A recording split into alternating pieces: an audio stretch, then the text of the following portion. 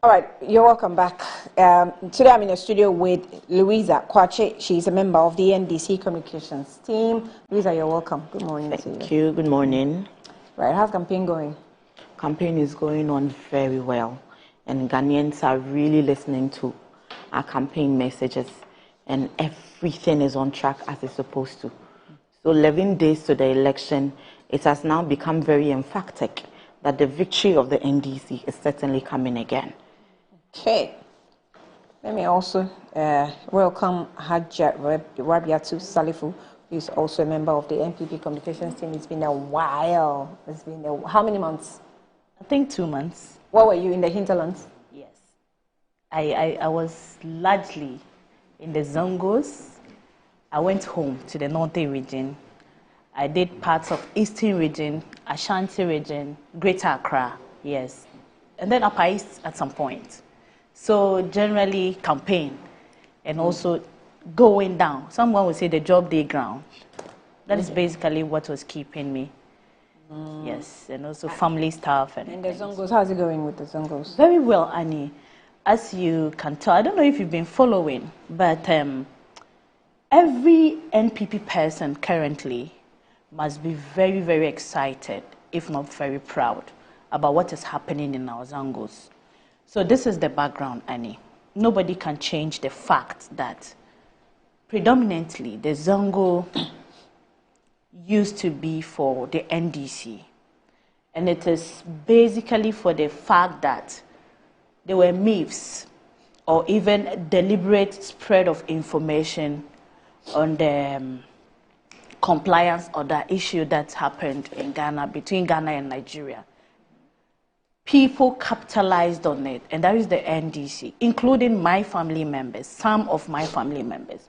We had this strong perception that the NPP doesn't want the Zongo person. The NPP doesn't want peace in the Zongo. The NPP would get our people back to Nigeria or any parts of the Zongo originated places that any of us could come from, which is actually not the case, and which over time has actually been unfolded. And then the NPP has been heavily vindicated for its own good deeds that has happened over the time. And it goes back to His Excellency former Vice President Alhaji Aliu Mahama, when he was the Vice President of the Republic. You know, NPP would always try to do the regional balancing thing, religion, because of our all-inclusive nature as a party. So he came on, he said, even it goes back to R.I. Alassane and Co. from the north. But what we do here is, Zongo, don't vote for them. Don't vote for them. They don't like you. A party that doesn't like you would go to a step of giving you a development fund that is enacted by an act of parliament. And that was in 2018. This has actually given us not only sense of confidence, but also the reassurance that all the good works that is going on in the Zongos will be continued. And that is why I have this handbook. I could even dash it to you to add to your documents here. At least I would leave it to have the Zongo here, to have what we have done as a political party, and to have specifically what we do and will still do in various areas. Annie, to go quite specific, what is with me here are 6-unit classroom blocks each that, with the able leadership of Dr. Mahmoud Bawumia, the presidency of Nana Addo Dankwa Akufo-Addo implemented in our Zongos through the Zongo Development Secretariat. So when you go, you can talk about the Amria in Tamale. That is around the Banville stretch. You've done a lot of projects for the Zongo. That is what I'm mentioning, and yes, you are right, 100% right, 100% right. And then what did you promise? This adds up. What did you promise to do for the Zongo? Good. We promised overall development, elevation of the Zongo person, one, narrowing it to these thematic areas: education, health, livelihood, empowerment. These 3 key things are those that caught my eye, that got me reflecting, and that got me connecting directly to my people. And Annie, that is why when they called me to say, look, we are honoring you with a title of Yamera. Congratulations on that. Thank you, my dear. Thank you so much. What's the title again? Yamera. Yamera. Yes, that's the Nkoswohima of my people. Of Zongo. Across Ghana, not Zongo. So you know Zongo, we are clustered. We have several tribes in the Zongos. Oh, you have the Baris, Kanuri, which I am. We have the Baaris, which my mother is. We have the Zabarma. We have the Hausa is kind of an umbrella of all the tribes under. Yes. So when they say Yamera for the Kanuri people of Ghana, the entirety of Ghana, it means I am the Nkoswohima for my people, for the whole of Ghana. For the Bari community. Okay. And that we have direct relation with Meduguri, those in Sudan, Cameroon, and other parts of the world. Okay. And what we seek to do is to look at general development, like the Zongo development thing we are talking about. Yes, we looked at health, education, and then livelihood empowerment. And that is why I'm touching on education for now. The 69 classroom blocks we have, 6 units classroom blocks. So 6 units by 69. I'm not going detailed, we have done that. Because of time. We have given, in terms of social amenities, street lights, roads, education generally. You know, the Zongo person is still part of Ghana. Largely, some are by birth, some have naturalized. They are part of the free SHS we are talking about. They are beneficiaries of Agenda 111 we are talking about. We Zongo people are beneficiaries of all achievements that these Zongo can talk about, especially the ambulance services. Let me ask a question which probably the two of you can tackle. Yes. Why do we want to treat the Zongo communities with a special approach? Fantastic. And that is where the conversation comes. And I'm asking this because you mentioned that they benefited from free SHS. Which in my head, of course, they should benefit. They should. They are part of fantastic. And that is why I even said, of course, Zongo people are Ghanaians. Yeah, so why are we giving a special... Good, Annie, I love your question. You know why? Even when we go back to our political parties, for some strange reasons, some individuals will feel that a Zongo person shouldn't benefit.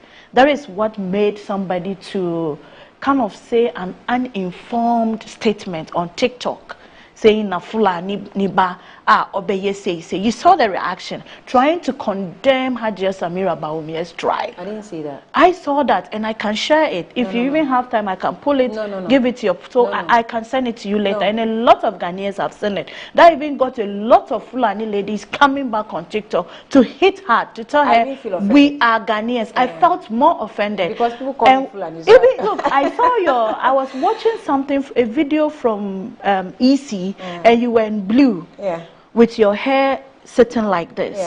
Yeah. Can you relate to that video? They showed you. It was some I watched it just last night when I was doing my research. I saw, and when I just looked at your face, hey, Annie dear, she's Fulani. I said it in my head. Because that is what our physique, that's what we are. And then what I am saying is that the Zongo person is a Ghanaian. However, from the onset, because we are not indigenous. Okay, so there's a deliberate effort to bring you at par.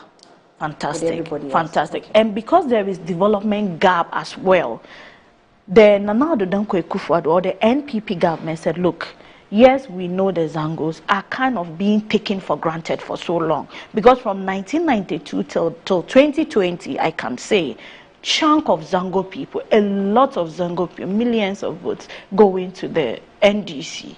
And when you come to ask questions, and I loved another video I saw last night. So this lady Sinari, not Kasum Sinari, the NDC Sinari. Is she Mariam Sinari? The fair one. This guy's sister. I can get the video, but I would just say she is. I think she's Mariam Sinari. So she held a young man in the Zongo. They went to campaign. She had her veil. The hijab, you know, we all do. This is my NPP hijab. Veil. Yeah. It's not a hijab, but it's a veil or scarf, you may call it. Then she had a whole hijab, branded NPP. Then she held the young man and said, Kaizo, like you, come. And was pointing at the picture of Dr. Mahmoud Baumia on the guy's dress, asking him in Hausa, this is the video. This is the video, Anis. Look at that. You see what she's wearing. So when we need to translate this video, it's so clear. And unfortunately, she got so embarrassed because she was asking him. You can see her pointing at the Dr. Mahmoud Baumia's picture in this video. And you know what she said? She said, you you are wearing this shirt. What has this political party done for you? They said, hey, madam, you are not in this country. This government, I like this man because I am a beneficiary of free exchange. Okay. There is direct relation. Okay, I'll cut it short because I don't intend to go so much into Zongo. Thank you. But Louisa, to be fair to you, Yes, would so, you want to make so you can have one this. or two comments? Thank you. Yeah, thank one you. or two comments about Zongo? Or maybe I should just start and give you another I just want to pass a comment. And that comment is that the NPP's promise for the Zongo communities in their 2016 manifesto was repeated in 2020, not achieved. In 2024, we still have a repetition of that same promise. And one key thing in the Zongo communities, from where I stand, a lot of people don't know this about me, but I would say that I am from a cosmopolitan family. My father was a Muslim, my mother is a Christian and was a queen mother at the same time. Okay. So I experienced all the religion we have in this country, traditional Christianity and the Muslim. But I am a devoted Christian.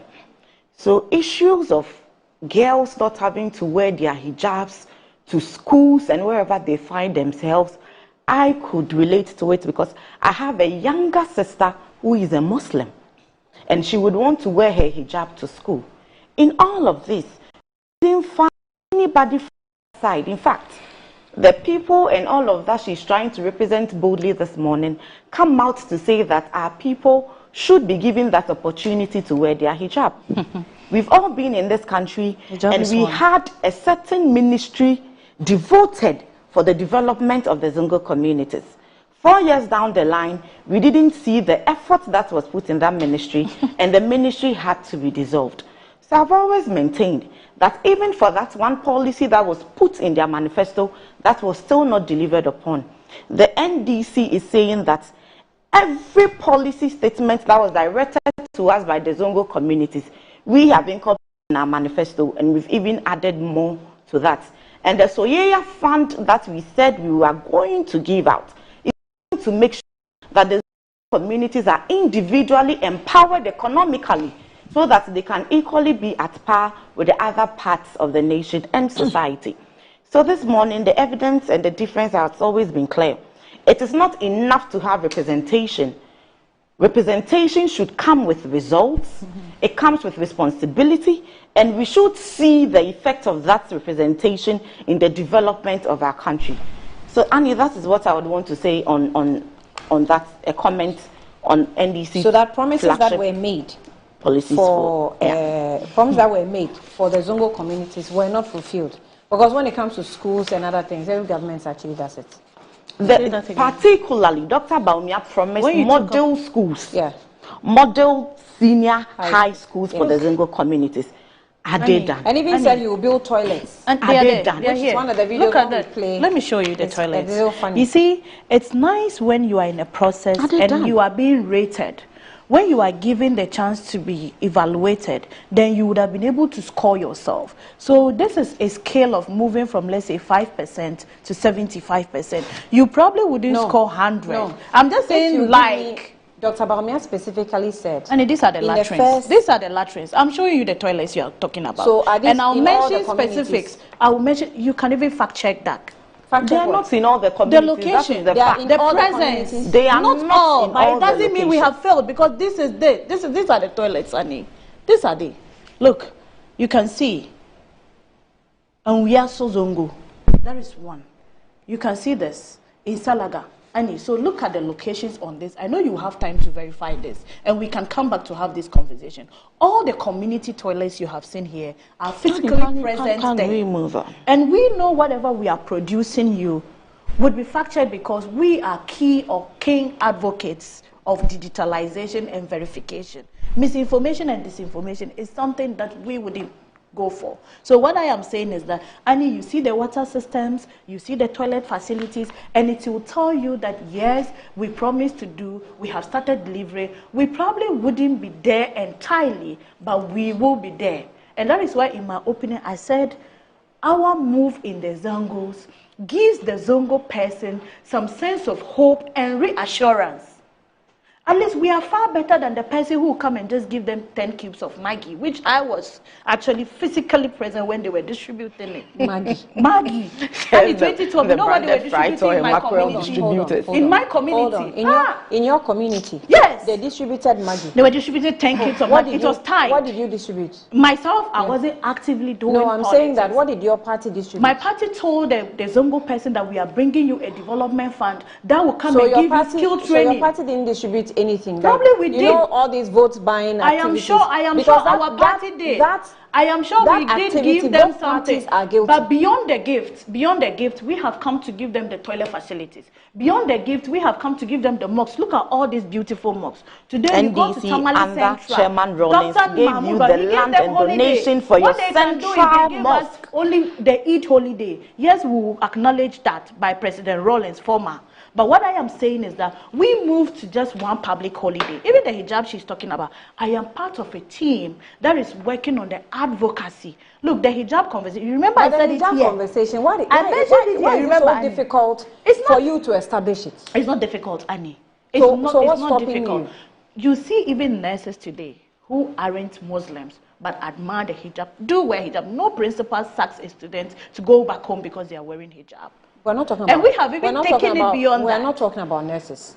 The nurses have been doing that. Even the junior high schools. Even the junior high schools. I'm telling you, maybe because we are in the southern part. Largely there are specific schools. A lot of schools are wearing hijabs. Yeah, you are just evading the direct question. There are specific schools who have deliberately decided not to allow students to do it. So let me count. How is that difficult? You remember the issue? They fall under government schools. It goes with deliberate dialogue, to some extent negotiation. And let me put it here. The school is a Catholic school. And I'm using Catholic school as an example. And you know a school like Corpus Christi is for Catholics or generally Christians, isn't it? Then I, a Muslim, want to take my word to the said school. Listen to this, Annie.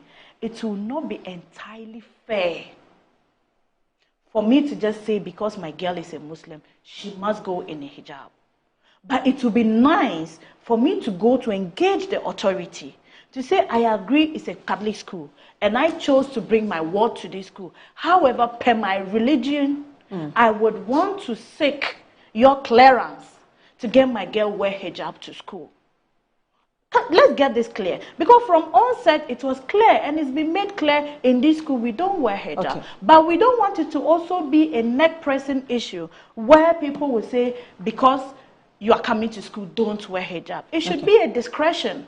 Your religion, we have respect for religion, you know. We have respect for tribe and all that. All right. Yes. All right, so let's get into, we'll link that to the campaign activities.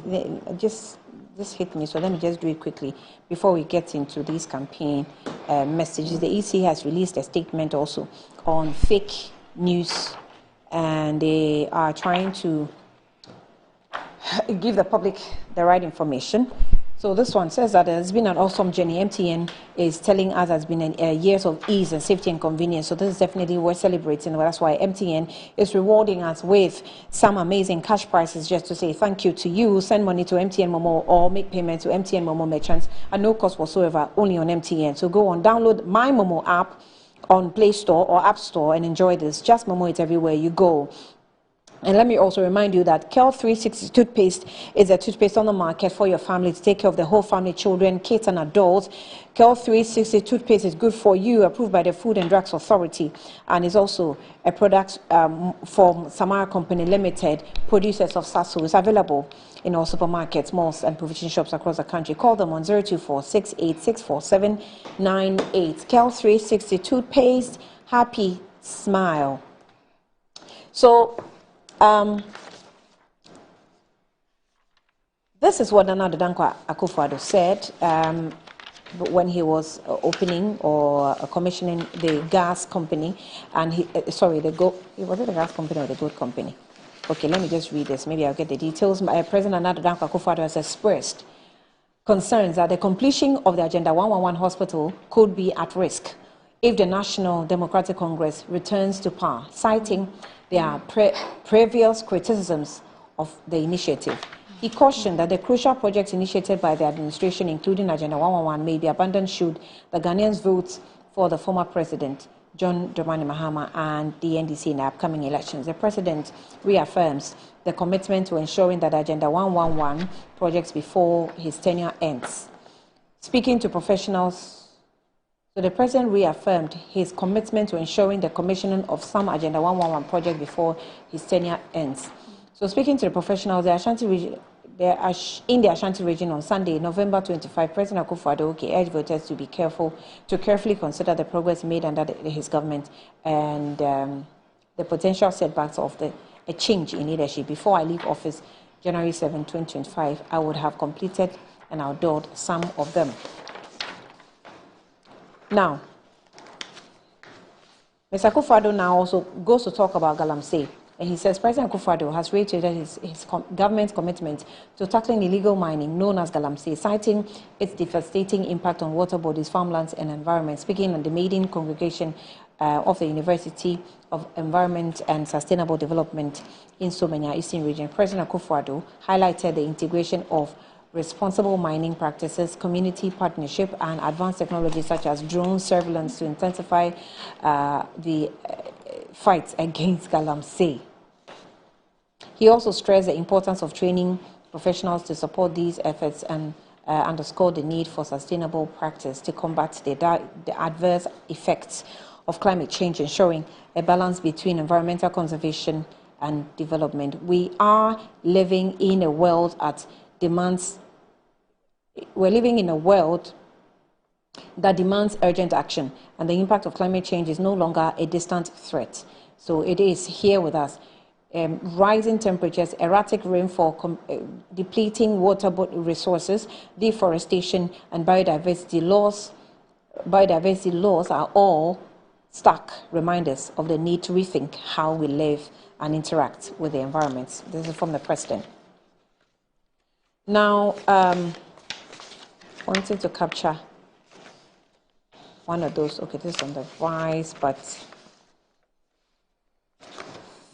okay, there is also some comments made by His Excellency John Dramani Mahama. I wanted to capture that before I let you into it, but okay, maybe at the right time I'll deal with that. But let me add this, because it still has to do with elections. As the campaigns are going, there are people, doing things and sharing fake information. So there's also this gentleman who works with Wontumi TV and made certain comments. In fact, I personally forwarded that comment or the video I saw to the police and asked a lot of questions. They didn't get back, but I want to assume that this is what they were doing. So the police actually said that it has arrested the gentleman and for questioning. And this is what the EC also said about that particular video. The gentleman was purported to have been sitting on TV announcing that there are different days for elections. There is a 7th December, which you can go and vote from 1 to 7, and you stop. I don't want to play the video because it might mislead people. And then on the next day, which he couldn't tell the date, the EC will give another chance to people who want to vote from number 8, downwards. But that was not the truth. So this is what the EC said. Saturday, 7 December 2024, date of 2024 general election. The Electoral Commission has also taken note of some misleading broadcast by a presenter on Wontumi TV, claiming that there will be a different voting dates for some presidential candidates in the December 7 general elections. The Electoral Commission urges the public to disregard the misleading statements. The general public is informed that 2024 election will take place on the 7th of December, and voters are reminded that voting on 7 December 2024 starts from 7 a.m. and ends 5 p.m. The commission encourages voters to go out in their number and cast their votes in an orderly manner. 2024, your vote, your future. Thank you. It's signed by Samuel Tete, Deputy Chairman of Operations. Okay, so that's the clarity that the EC also brought to the table. The NCC has also spoken about that particular development and are expressing worry about that. So let me come to you. and then Louisa, let me start with you on all these campaign messages that are ongoing. Okay, so I would want to start with the Electoral Commission's release. Yes. And the misleading broadcast by a presenter on Wuntomi TV. And I've always maintained that the ownership of media plays a critical role in the kind of content they churn out. So where is the said presenter working? Wuntomi TV. Who is the owner of Wuntomi TV? The regional chairman in the Ashanti region of the NPP. So every information that is churned out on that platform concerning the election, as far as balloting education is concerned, is geared towards the opposite side of the coin, where government it's putting a lot of investment into NCCE so they can get our people educated on the proper ways to cast their votes on 7 December. That notwithstanding, there's also been a video from that same outfit that is saying that if you want to vote for number 8, start from number 1. Yeah, I've seen that. You start voting from that side to number 8.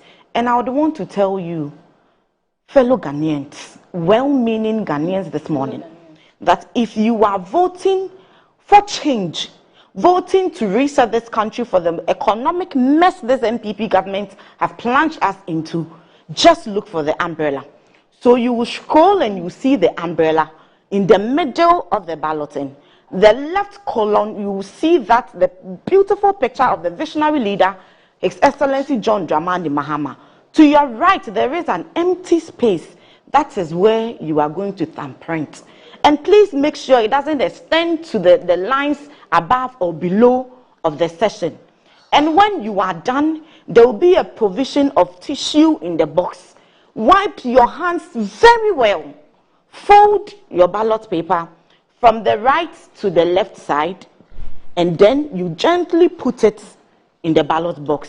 When you are done for presidential, go to parliamentary and do same, look for the umbrella and vote in that same manner for the NDC parliamentary candidates. So whatever lies that have been spewed out by this said media house should be ignored and should be treated with the contempt that it deserves. Now moving on to the But you know, I don't find it as just misinformation. This is disinformation. Yes. This actually falls under disinformation, where someone is deliberately. It's different when you're very making deliberate, mistakes, yes. and it becomes. That is why I started from the media ownership point of view. It is becoming like a campaign strategy of a certain causes, and that is NPP. Because I don't see how Electoral Commission is trying its best to avoid sport ballots, which is a cost to the nation, and keeps educating people. NCCE is doing the same to educate people, and some people will just deliberately. The government is spending money. We have to put in a more serious efforts to punish wrongdoers of this nature, because this is deliberate. If you say that somebody should go and thumbprint all the way to what are you doing? This is more like, it's so treasonous. I find it so serious that an institution like EC, like NCCE, will be conducting such education, and you will deliberately go and sit in some corner, form some video, and put it out there. You know what I mean? What is wrong with you? And you know one thing with being on air, there are a lot of people who listen to you. Yes, that's because what you I'm have saying. a platform. It is disinformation, because you have deliberately decided to do that. And I think the GJ Code of Ethics condemns that kind of attitude. So at this point in time, Ghana Journalists Association, the Media Commission, everybody who is in tune with how information is churned out in the electoral process should find this very act by the said presenter. And I'm not surprising, because from that same cortex, a lot of disinformation and misinformation were created from that point. I don't want to go into that issues with how the NPP were running their own campaigns and to the picking of their running mates. Some poison issues and unconfirmed issues here and there. But this said media outlet is known for this. And you know, the scary part is that in the run-up to the election, this media house is giving accreditation and they are going to be reporting on issues. So if this is how they are entering the election, this posturing, then how sure are we that they are going to give out the exact reportage and give out the exact figures and make the people be informed about the real issues on the ground.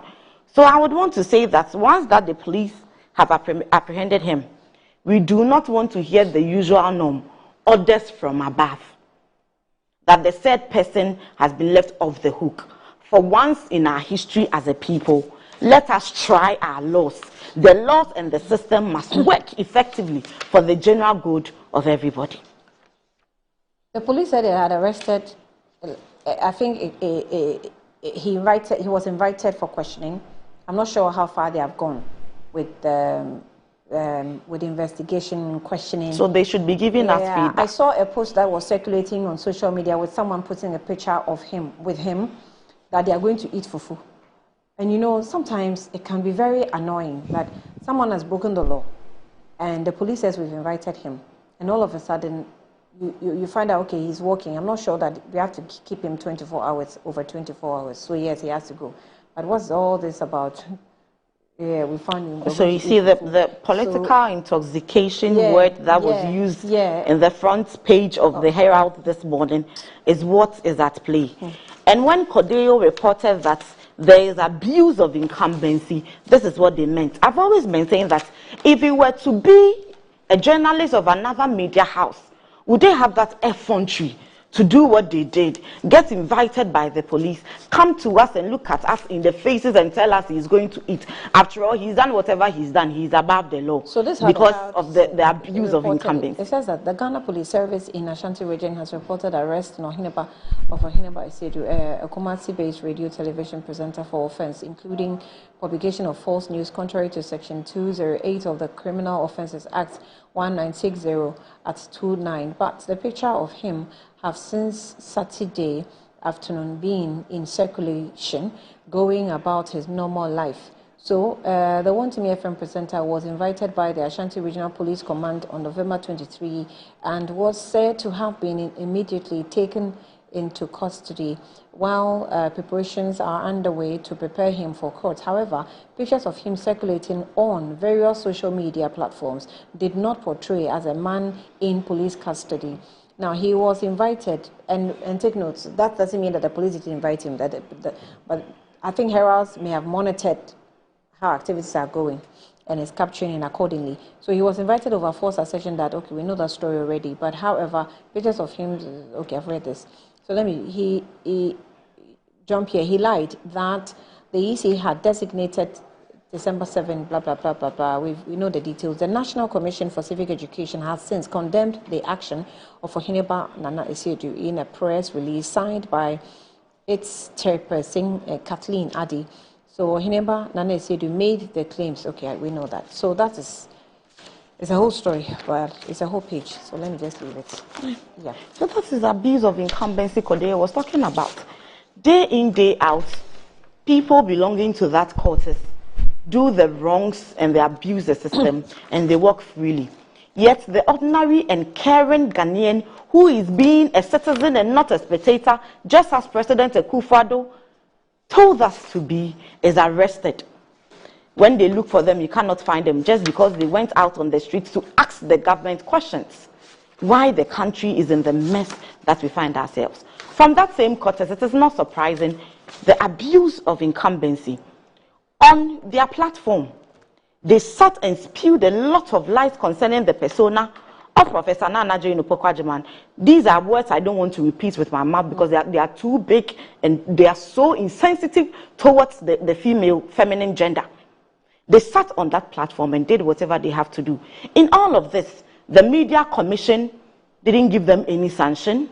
The DJ did not give them any sanctions. So run off to election 2024, 11 days to the election, they are motivated to do more. Because if I do something that is bad and against the rules and regulations, and I get apprehended for that, it will serve as a deterrent.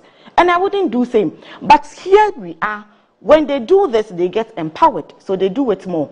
When they came out to say, and I have always maintained that for every country, what makes a nation is how we highlight our human capital, our human resource, the value we place on human lives. These people sat on that platform and spoke about how they saw somebody eating food and the person died through poisoning from that angle. They were invited for questioning, we were told. They went back, worked freely. Abuse of incumbency. The same platform. Yes, the same platform, the same individuals. And today, this is what they are doing. So if you would want our system to be free from disinformation and misinformation, what we ought to do is to take out the element of overly partisanship from our media space. If you want to be a politician, be a politician, be a party communicator like I am being this morning, talk about your party and what they can offer Ghana. Do not hide behind the curtains of the media and be spewing disinformation and misinformation on a platform just because you have the avenue, the airtime and the space to be doing so. Ghana as a nation needs to develop, and if we have to develop, we should be devoid of misinformation and disinformation. And I'll call on the president at this point. He came out to give a speech on disinformation and misinformation. This is somebody coming from his quarters, and I've always said that if somebody is closer to you, it is easier to apprehend the person. So that third platform belongs to Chairman. No, it's rather difficult to apprehend the person. No, if the person is close. For me, it's easier. You see, so they say that when you fight corruption and you fight people in opposition, it's deemed witch hunting. But corruption is really fought well when you are able to fight the people in your government. And that shows your principles. Yes, that's the easier part. So it is actually difficult to, you know that this person is close to you, but you have to fight the person. That's what makes it difficult. I'm coming from this point of view. But that will show that you are really committed. Yeah. That will show that you are committed. So you start with your own persons. That President Mahama gave us a fantastic example. When they said Victoria Hammer even said that this is what she was, it was a dream. Nobody gets arrested for having a dream. But he said, what makes good governance is your perception. What makes good governance is how you see things. So if you are given the opportunity and the lean room, you are going to do it. So I will not even keep you there for you to do whatever you are dreaming of. She went off. And that is how leadership should tackle issues. So President Akufo-Addo has come out to say that he is not endorsing disinformation and misinformation. The third media outlet belongs to his party chairman, Chairman Untumi, the beloved Chairman Untumi, for whom that mining in our forest reserves was revoked for him to benefit and go and mine in the Tanonumri forest. He is a darling boy. He should talk to him and bring him to order and let us know that indeed he is committed to every fight that he sets on, and it is not another shri like the fight against galamsey. Well, still on galamsey, I've read comments about that. The president also, on one of these rounds, is talking about the fact that he's still committed to fighting galamsey. I'm not sure where we are when it comes to the fight anyway, but he's also mentioned the fact that when you come into office, that if Ghanaians vote for you, most of these projects that they are, like including SHS, including Agenda 111, you're going to, is that what you plan to do? It is very surprising that a president of the land, he is my president because I am a Ghanaian, he is the sitting president, would have double standards on one platform. The president is behaving overly more than double standards. If there is a word like triple standard, quadruple standard, that is who the president is. In one breath, you are talking about misinformation and disinformation. In another breath, you are the same person peddling that. You are guilty of whatever you are talking about. If anybody had followed the campaigns of President Mahama, he started saying, you know, before we started our national campaigns, he had already done 2 national tours. So building the Ghana That We Want tour, and then a listening tour to engage stakeholders and the people who make the movers and shakers of the various sectors we have in this country. And he has always said that one of the key things he plans on doing is to complete every government project from the time of Osajefo Dr. Kwame Nkrumah till date. So every government project that has been uncompleted, because we realize that as part of our development, the stalled projects that we have affect our growth as a people. So for instance, the flower pot flyover that was commissioned like some few days now was started under President Mahama when he wanted to expand the East Legon Tunnel. So the flower pot was started, and if you hear the amount of money that was to complete that project and what we have spent on now, because we stalled we stalled that project. It's about 10 times the initial price. So every time, everywhere he gets the opportunity, President Mahama has always said that he is going to complete every project. So the president of Ghana, I know that he is, maybe it is true that he's sleeping on the job. Because if it is not true, he has a whole secretariat, there are party communicators. In the Jubilee House, there are people who are giving him information. So he would have heard what the former president have said, because he hears things and comes out to rebut them. So whatever he is doing is to give the room for his party people to be churning out this disinformation and misinformation, because on no platform has the President Mahama, former president, who is the incoming president on 7th December 2024, he has never said that he's going to stall any projects that his government is doing. And that translates into free SHS. And let me end on that note. They say in that same vein, they are running adverts saying that President Mahama says he's going to cancel free SHS. And you are the media person. This is the manifesto of the NDC. And if any political party wants the mandate of the people, I call this a contract with the people, your manifesto. And what makes the manifesto a good manifesto is that it has points and bulletin on the exact plans and strategies they are going to use to implement the promises that they have stated in the manifesto. This is the NDC's manifesto for the 2024 campaign. And it says resetting Ghana, jobs, accountability, and prosperity. If you open into the educational parts of our manifesto, it talks about transforming education. And there is nowhere in this document that says that former President Mahama is going to cancel the free senior high school policy. Another disinformation that is run by a political party. And it is an advert they are running with no substance of evidence. If you run a campaign, I've always said that how you verify your information and news sources from misinformation and disinformation. If the person says stated, ask for the quote. That is one. So the quote is that he said he was going to review. We will review free SHS. There was the debate of the NDC review means cancel. Good. So that is maybe the quotes I'll provide on other people's behalf. Good. So review, cancellation. Annie, I don't know if you'll be good to us this morning. Open Google and type in the meaning of the word review. From the policy point of view, if you are running any public policy, there are some key things you look at. First off, the timeliness of that policy. Second off, how can we fund that policy? Do we have a sustainable source of funding? And then the third aspect is that while the policy is being implemented, you do a review side by side. This we call key performance indicators. So while you are ongoing with the implementation of the policy, every policy has objective. Are we implementing the policy in a way that the objectives will be addressed? So what are the key objectives of the free senior high school policy? Number one, to make the senior high school secondary education more accessible. That notwithstanding, we are not taking quality out of the program. And then the second aspect of the objective is that we want to alleviate poverty from parents. The question we ask ourselves is, while we are implementing that policy, the policy has run for over 7 years. Have the objectives been attained?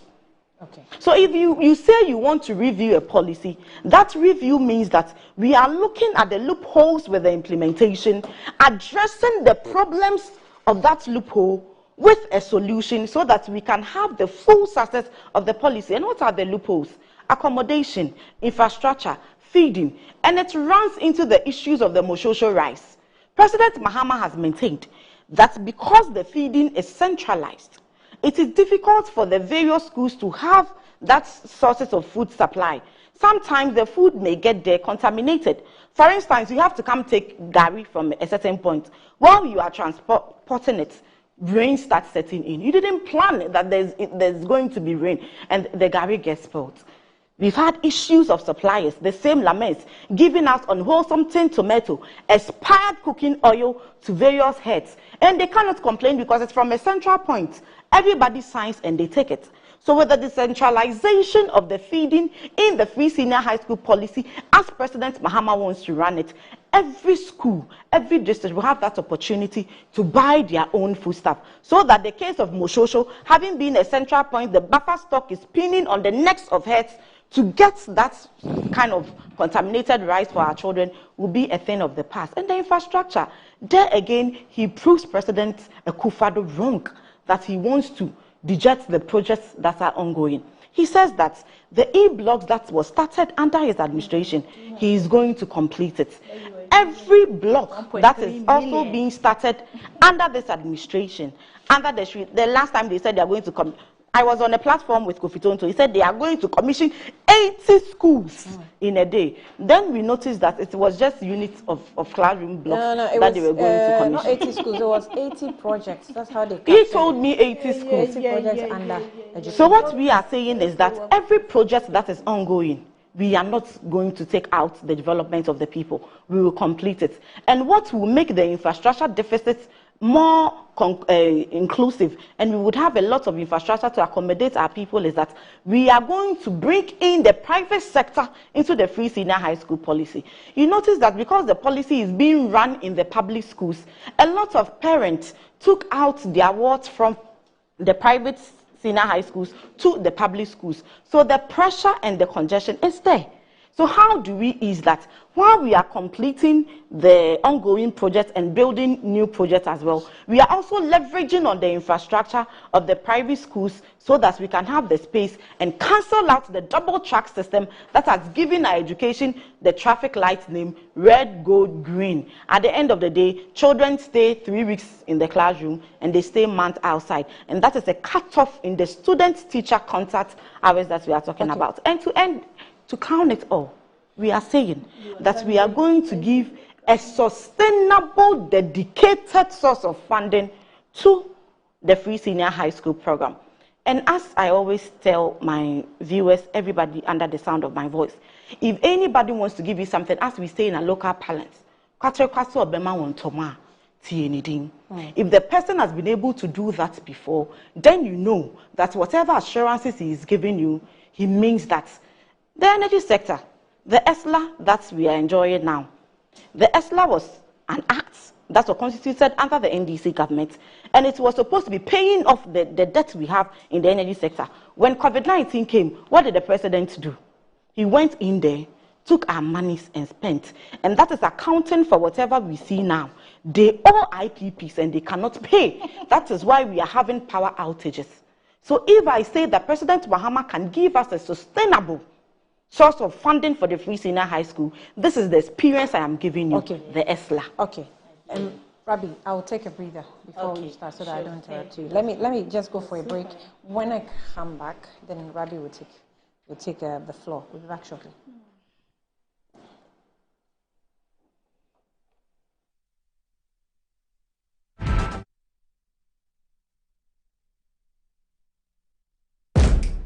There's nothing worse than your multi-bet missing, but nothing better than having it saved. Bet saver.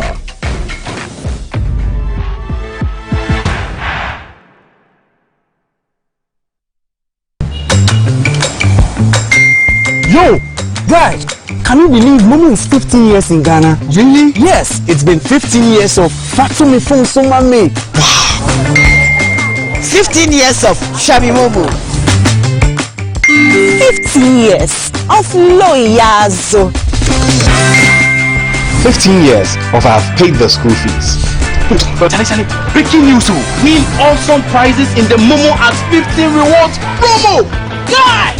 Just download the new My Momo app, transfer and make payments, and you could be one of the 15 people to win 15,000 cedis each, and one of the 150 people to win 1,500 cedis each. Hurry Ghana, download the new My Momo app and start getting rewarded today. Yo, you download them. Download. I stop being safe. It is the Momo at 50 celebrations with MTN Momo. Pay faster, pay safer, pay easier, and just Momo it. Mahama once said, I've seen more demonstrations and strikes in my first 2 years. I don't think it can get worse in the second 2 years. I had the deaf goat syndrome. Dada Noir. On December 7th, vote for integrity, competency, and development. Assure. Experience the enhanced protection of Star Motor Third Party Extra from Star Assurance, an enhanced motor third party insurance policy that provides cover for loss or damage to your vehicle's windscreens, side mirrors, back glass, and other glass components. Whether it's a crack or major damage, you can drive with the assurance that your vehicle is well protected. Our commitment to you includes affordable coverage options and a claims process that is both fast and straightforward, so you spend less time dealing with paperwork and more time on the road. Also, we have proudly partnered with Hope for Little Lives, an organization dedicated to supporting children in need. By choosing Star Motor Third Party Extra, you're protecting your vehicle and making a positive impact. Every policy you buy helps bring joy and support to children in underserved communities. Reach out to us now on our toll-free numbers 0800-177-177 or 0302-245-906 to sign up. Let us help you drive with peace of mind and purpose. Star Motor Third Party Extra. Drive with confidence, give back with heart. Star Assurance, your solid partner.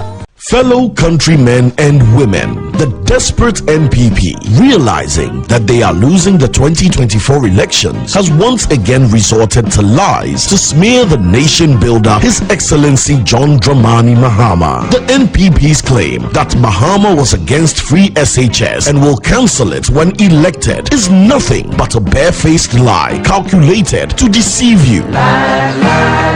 John Mahama started the implementation of the progressively free SHS program in 2015 with day students and had a clear plan to expand the program to cover borders, hence cannot be said to be against free SHS. What he has been against is the poor implementation of the program. Contrary to the lies of the NPP, the next NDC Mahama government will improve the implementation of the free SHS program to make it better. We will do this by scrapping the double track system, provide a dedicated source of funding for the program, include private SHS, improve the feeding of our children, and enhance the quality of learning outcomes. Listen to the truth from the horse's own mouth. Free senior high school education has come to stay. If anybody tells you that I, John Dramani Mahama, son of E.A. Mahama, will abolish free SHS when I come, tell the person he's a bloody liar. What I'm against is the poor implementation of the free SHS, which is creating great inconvenience for the parents, for the students, and for the teachers. And one of the things we'll do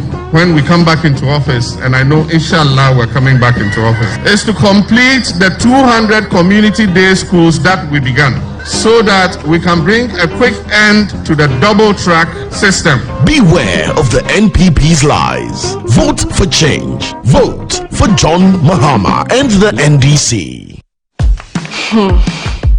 Look around. Home also need a makeover. Mine clearly does. So we went to Ashroom and found the Como collection. It had everything we're looking for and more. Matching furniture for the entire home, designed with you in mind. Where's Como collection? Dressing up is just the breeze. Always ready with a perfect accessory. A magic dressing mirror. One look and you're ready to face the world. Or at least the kids. A bed perfect for young men who want a table that turns into a treasure chest. And finally, a sofa with this grand TV unit for family time at home. Head over to any Ashphone store now and discover the new Como collection. Ashphone, feel it, know it.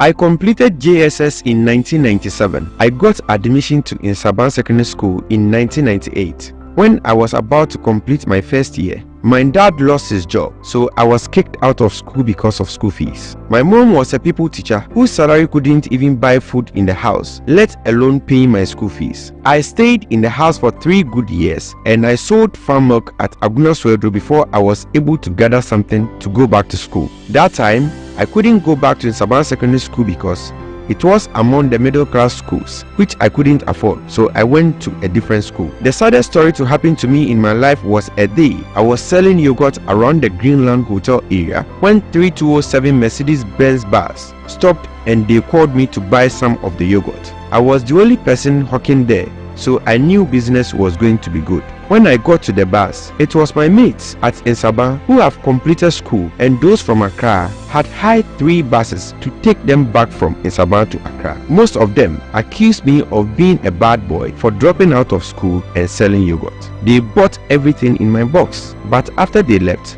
I went to sit somewhere and I cried. They made me feel like it was my fault, but such is life. Thanks to the NPP government for free SHS. If free SHS was there in my time, I would have completed school with my mates. On December 7th, let's vote number 1. Let's vote for Dr. Baumia. Esroho. Here's Kwame and Yao. Evidence saved. Bet saver. Win, even if your bet misses. The NDC and the NPP are not the same. They are the same. Masa, they are not the same. They are the same. Nilante, tell us why you think they are not the same. Because me, dear, I don't see any difference between the two parties. Yaba, 1. Under John Mahama, every penny borrowed was used for productive investment like the Terminal 3, Accra Digital Center, KJTR Market, Circle Dubai Interchange, just to mention a few. But these Osono people borrow money, throw kenke and wache parties, use the money to bath in the sky, and construct the most expensive swimming pool in the world in the name of a national cathedral. Tell me, is God a swimmer? 2. Under John Dramani Mahama, those who lend money to the government in the form of bonds could sleep peacefully knowing that the government will pay them. Under the NPP, the government will take your money, chop it, and give you a haircut on top. Under John Dramani Mahama, no minister or MP could dare go close to our water bodies or forests to do galamsey.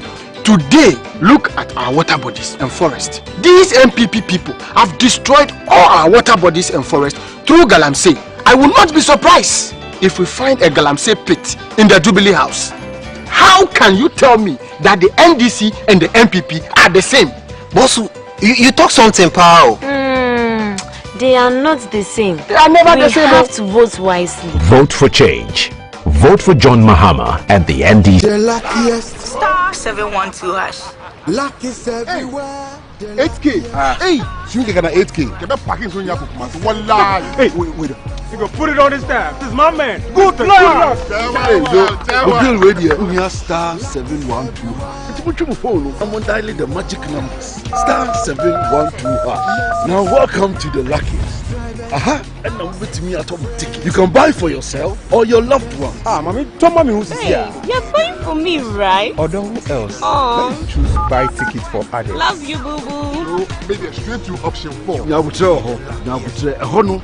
need to buy tickets worth 50 Ghana to qualify. Yes, you can buy random or preferred tickets. I'm choosing random tickets. Listen, if you buy the random ticket, the system chooses a random number for you. But if you buy the preferred, you get to input your own preferred 5 digits. 5. Baby, give me your 5 numbers. And how much are we buying? Babe, look at the body and buy you. With your body, yeah.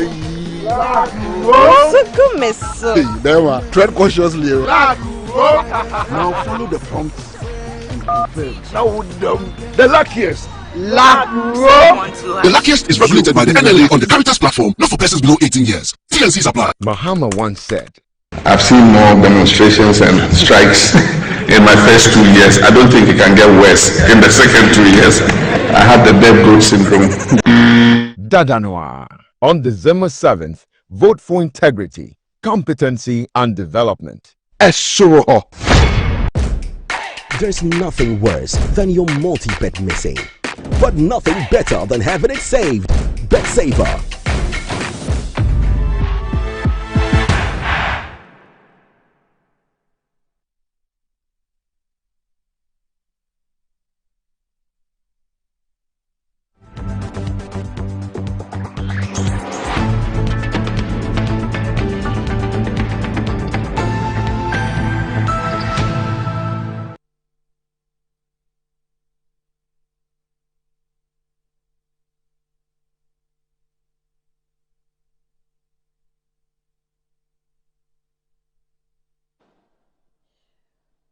let's do this one quickly before Rabi comes in. And I'll remind you that we've all been there. You've placed a perfect multi-bet and it's all going your way until it's not. And one or more picks let you down. Well, with Betway's Bet Safer feature, you can win even if your bet misses. And even on multiple losses, you can also get your bet back one more time. Bet Saver, exclusive to Betway. Get way more. Terms and conditions apply and is also regulated by the Gaming Commission of Ghana. Betway, play responsibly. Betway, get way more. All right, Rabi, let me now let you come in. A lot of the campaign issues have been raised already. The EC has also addressed this issue of, I call it disinformation, and then all these attacks on former President Mahama that he's going to cancel some of your projects that you have already started. And you see, it's nice when we come here. Agenda 111, when did you say you will complete it, when you launched it? I'll come there. No, But let me just answer. I'll get there. Answer before we get there. Honey, I'll get there. I'll get there. It's a question. It's a question you have asked me. I'll answer you. Don't worry. You know I'll always answer So I you. should wait for the answer. Just relax. I'll answer. You know I'm more or less a self-imposed ambassador for Agenda 111. You don't know about that. I will not. You've not been following me on the ground, visiting the sites, doing videos and all that. Okay. So I'm very passionate about health, and I know Agenda 111 is one of my key interesting areas that I love to visit, and I'll talk about that. But Annie, you see, when we come to sit here to talk, it's always very nice. And of course, we do need to share our opinion. And that's also very respected by me and other communicators. However, the conversation of review, cancellation, reset, update gives it the clarity when we are going into campaign. And it positions our conversation when we go to the people. Like Sami gently mentioned that if we pick Dr. Mahmoud Bawumia, campaign Mbemre, he said that he actually did. And today, look at how they are crying on the field.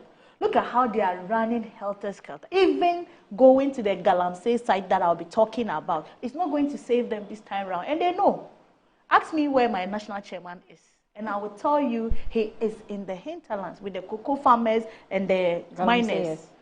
Talking to them to do it responsibly, talking about our land reclamation effect, talking about the community, the land reclamation, the effort we made through Louisa and Co's outfit, telling the farmers that, sensitizing that if you dig the pit, try to reclaim the land. So that is responsibility. Did you have, and also talking about the Minerals and Mining Act. You know what, Georgina, I'll still ask you. You asked me, I don't run away from your question. Did you attain a land reclamation effect? I just told you, talking about it, sensitizing the people. So did you get the effect of the talking?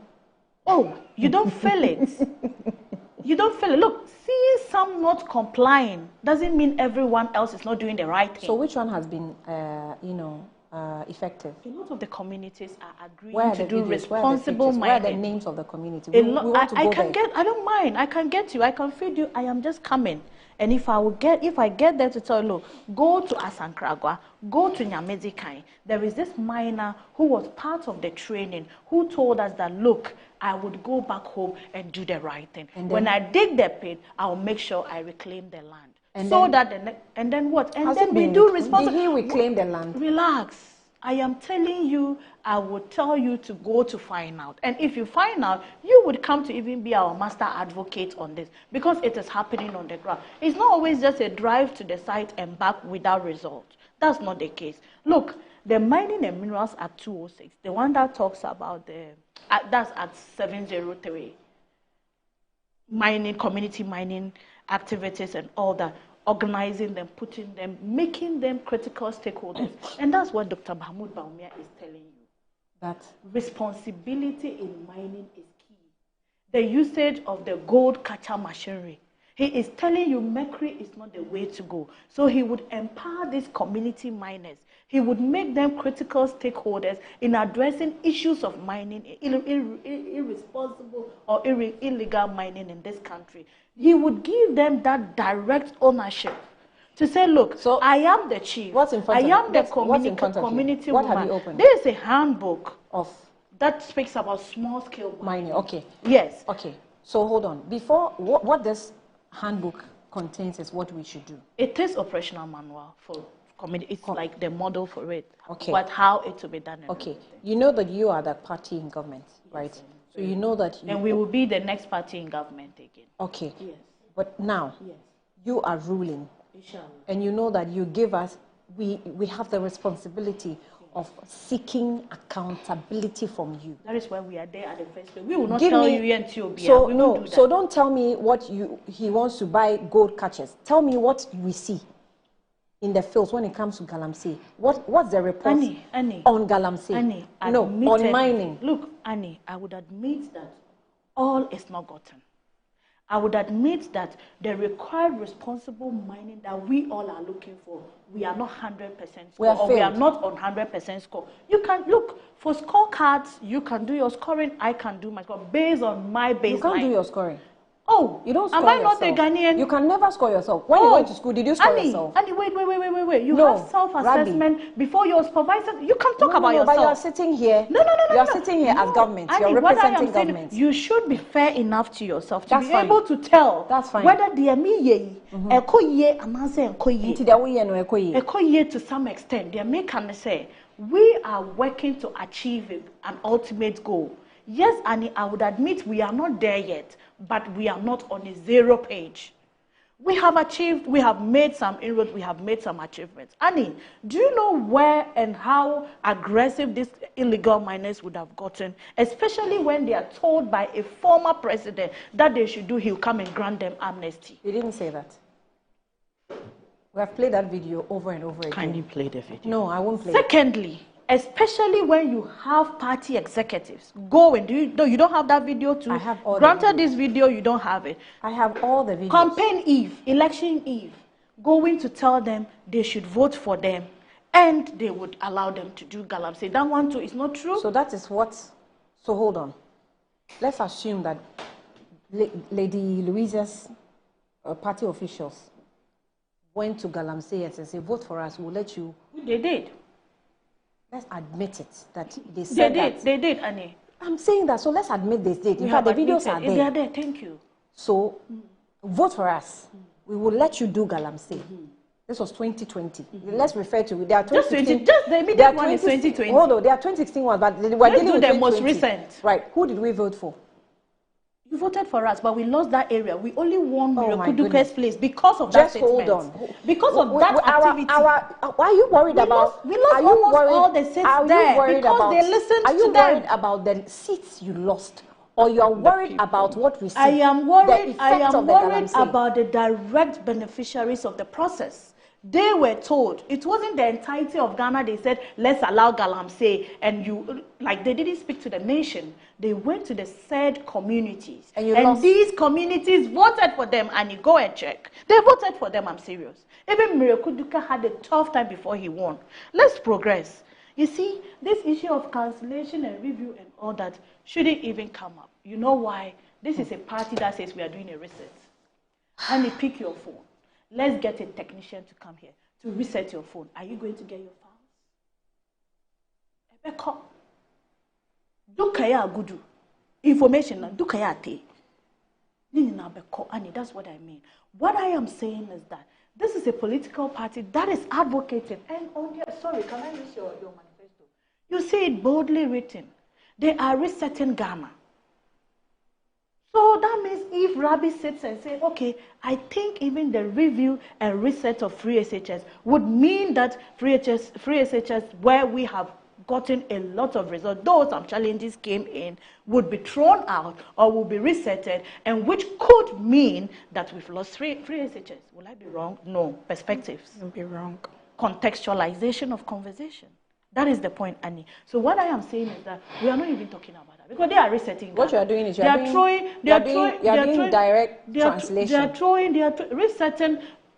If you want to really go into the meaning of their reset, not even the word resetting, If you want to dissect it, why do you always? I would dissect the review. Why do you want always assign words? If you want to you just said I'm doing direct translation. When they said review, you said their review. Annie means cancellation. It's English language associated with parties. Please, Annie, with all humility, you just told me the reset is that I'm explaining it in a direct translatory manner. And I am telling you, perspectives are allowed. Opinions are opinion. What I am saying is that Annie comes to tell me this is white. I take the white and I agree or disagree with Annie. I'm a human being. I could be colorblind. What I am telling you is that this is a political party that is resetting Ghana. And we are saying we are upgrading with bold solution. And what that means is the tax amnesty we are talking about. What that means is the flat tax regime we are talking about. What that also means is the continuity of the quality education and accessible education we are talking about. And I'll talk about education. Access given to the people. Access of education. As it is now, we have a problem with quality. We have access. No, admit. I am talking about quality and access. That we have quality problem. We have problem, but it doesn't mean we don't have. Our quality is not zero. Do you know? Our quality is not really negative. Do you know about the rice? There is always room for improvement. Do you know about the expired rice? There is always room for improvement. You can't have it all by day. No. But what's your percentage of the quality you're talking about? Well, even if you are scoring us low, it means we've still gotten some, and we are scaling up the quality. It's very important, Annie. You should always go back to your baseline. You should go back to what we were given versus what we are doing. And this is a process. And I will always tell you, project implementation goes with assessment, goes with putting together or putting aside whatever progress you would have made at a given time. Back to the whole process, Annie. Agenda 111 you were talking about. Before you go to Agenda 111, I'm passionate about the rice issue. Rabi, do you know that when you feed children with expired food, you don't count it as, oh, that's one of the challenges. We are scaling it up. Do you know that? You can count, hold on. Wait, this one, I will not allow you to just go scot-free. You can count I'll answer you. 4 students sitting on one bench as well. We have a challenge. That is because it's not directly impacting on their lives, even though it can even eventually impact on their life because sitting posture and things can affect them eventually. But when it comes to feeding, direct effect on your life, you can't tell me that this is a quality and we are improving on quality. What is this? What I'm saying is that, can you gauge from 2017 or from the beginning of free SHS implementation and feeding the kids, the number of times the issue of expired food given to kids has come up? What's your question? That I should give you number of times we have sat here, the frequency or this platform of feeding students. Okay. I'm just answering. So let me tell you, you have seen the frequency of the poor meals we make for the students. You've seen that. We are talking. Please, have you seen that? Andy, no. You just said. Have you seen that? Let's admit. I have seen it. Okay. I have seen it, and I have spoken about it here. Do you know that those type of quality, quality of foods we give to the children? I mean, those low quality meals we provide for students. You know that some of them. What's the definition of low quality? Do you know that some of them? What's the definition of low quality? When you see peanut soup that looks like water, is that water? Have you gone into the soup to see the essential protein or ingredients in? Look, you could see. No, Annie, don't do that. Rabi. No, Annie, let me come. Let me tell you something.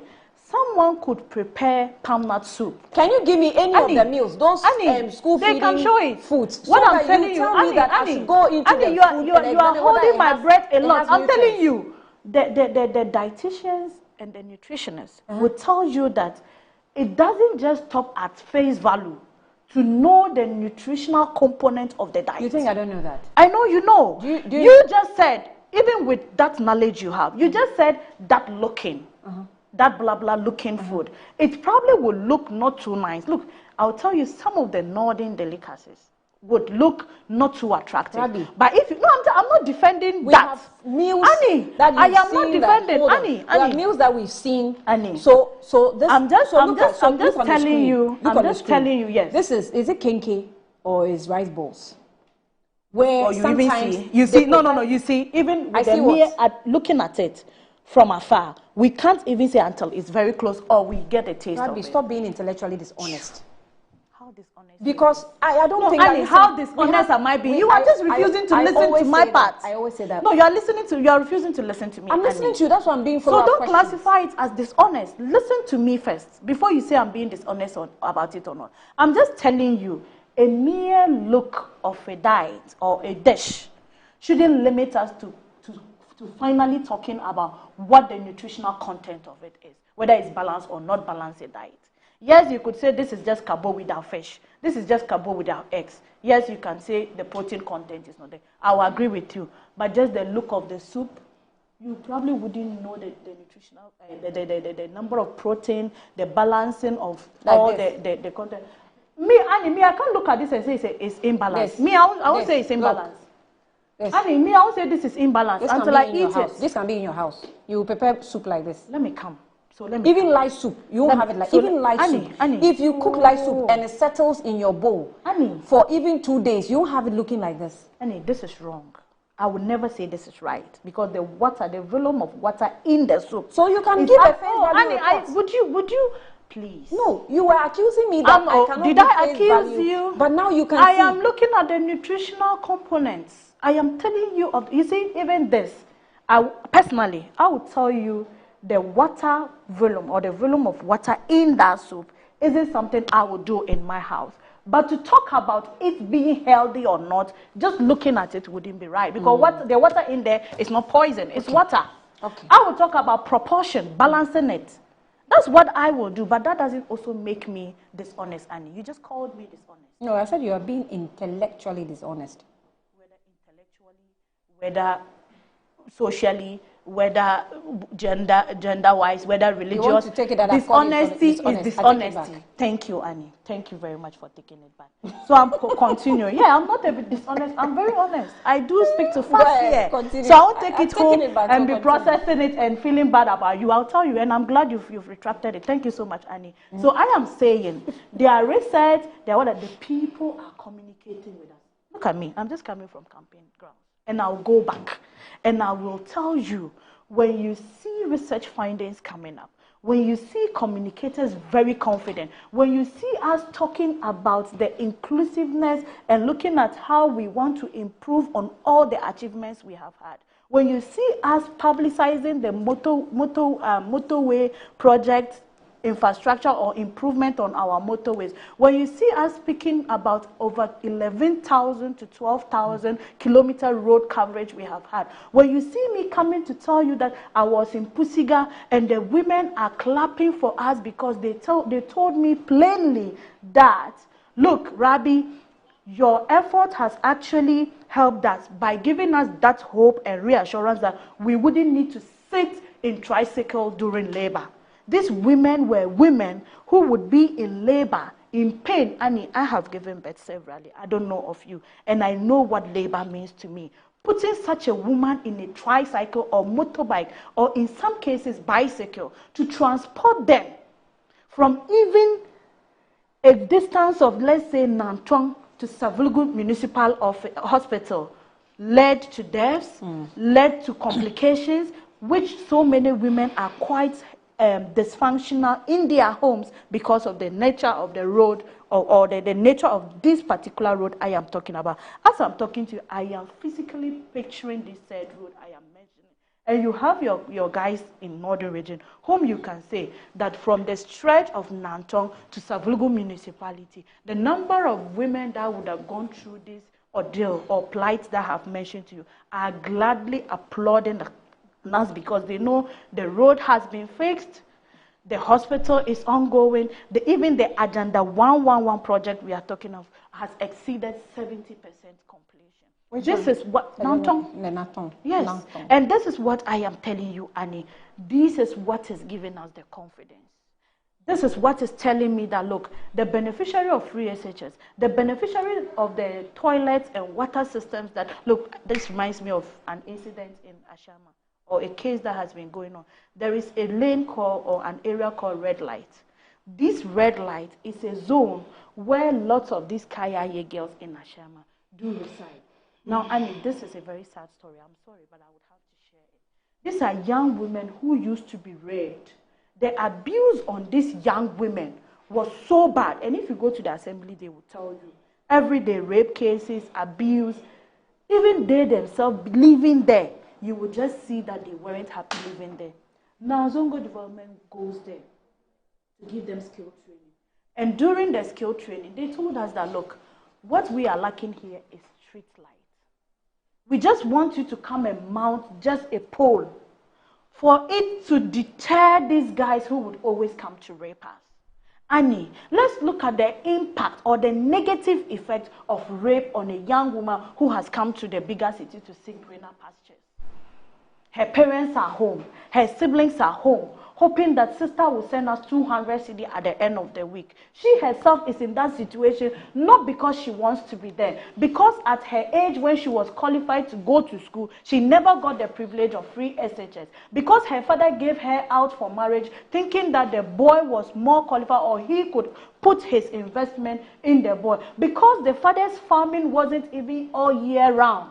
Because the father wasn't getting enough proceeds like the man in Bimbula today who would harvest the yam, take it to the yam processing center, get even people travel on good road, come to get his yam without his yam going bad in the farm. This is what we are talking about. Asking what you've done or you're going to do. This is what we are doing. It's practical. As I'm talking, I'm telling you because they are benefiting, not because they are yet to benefit.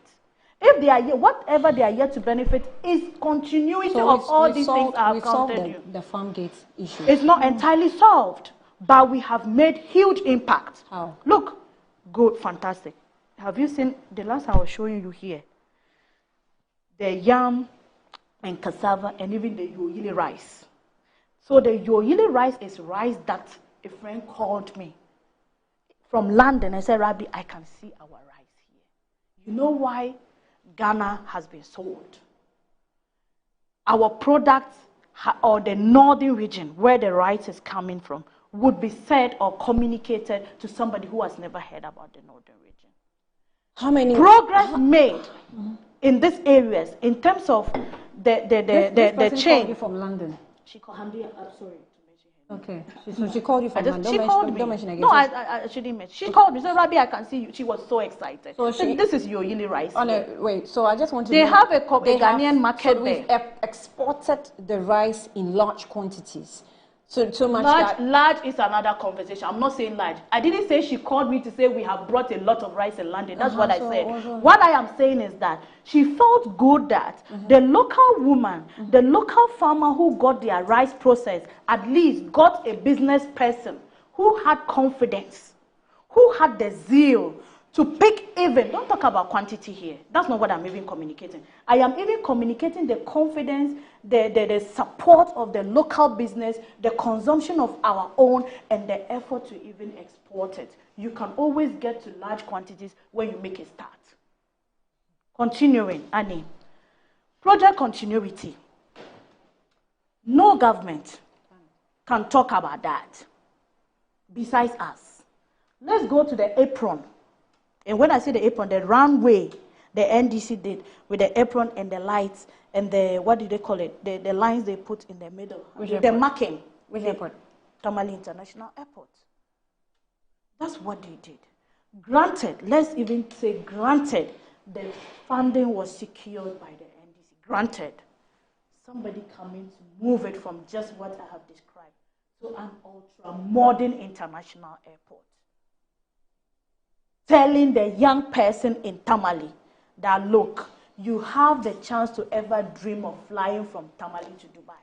Telling Mother and Co, who are key business women in Tamale, that, look, you wouldn't need to struggle to look for transportation or even risk your life and even part of the risk. When they used, she was telling me, this person I just mentioned, she was telling me, look, traveling from Tamale to Accra for my goods initially was very terrible.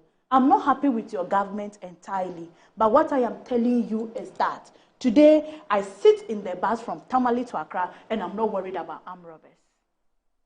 Yes, because the traders used to have like huge sums of money on board the buses.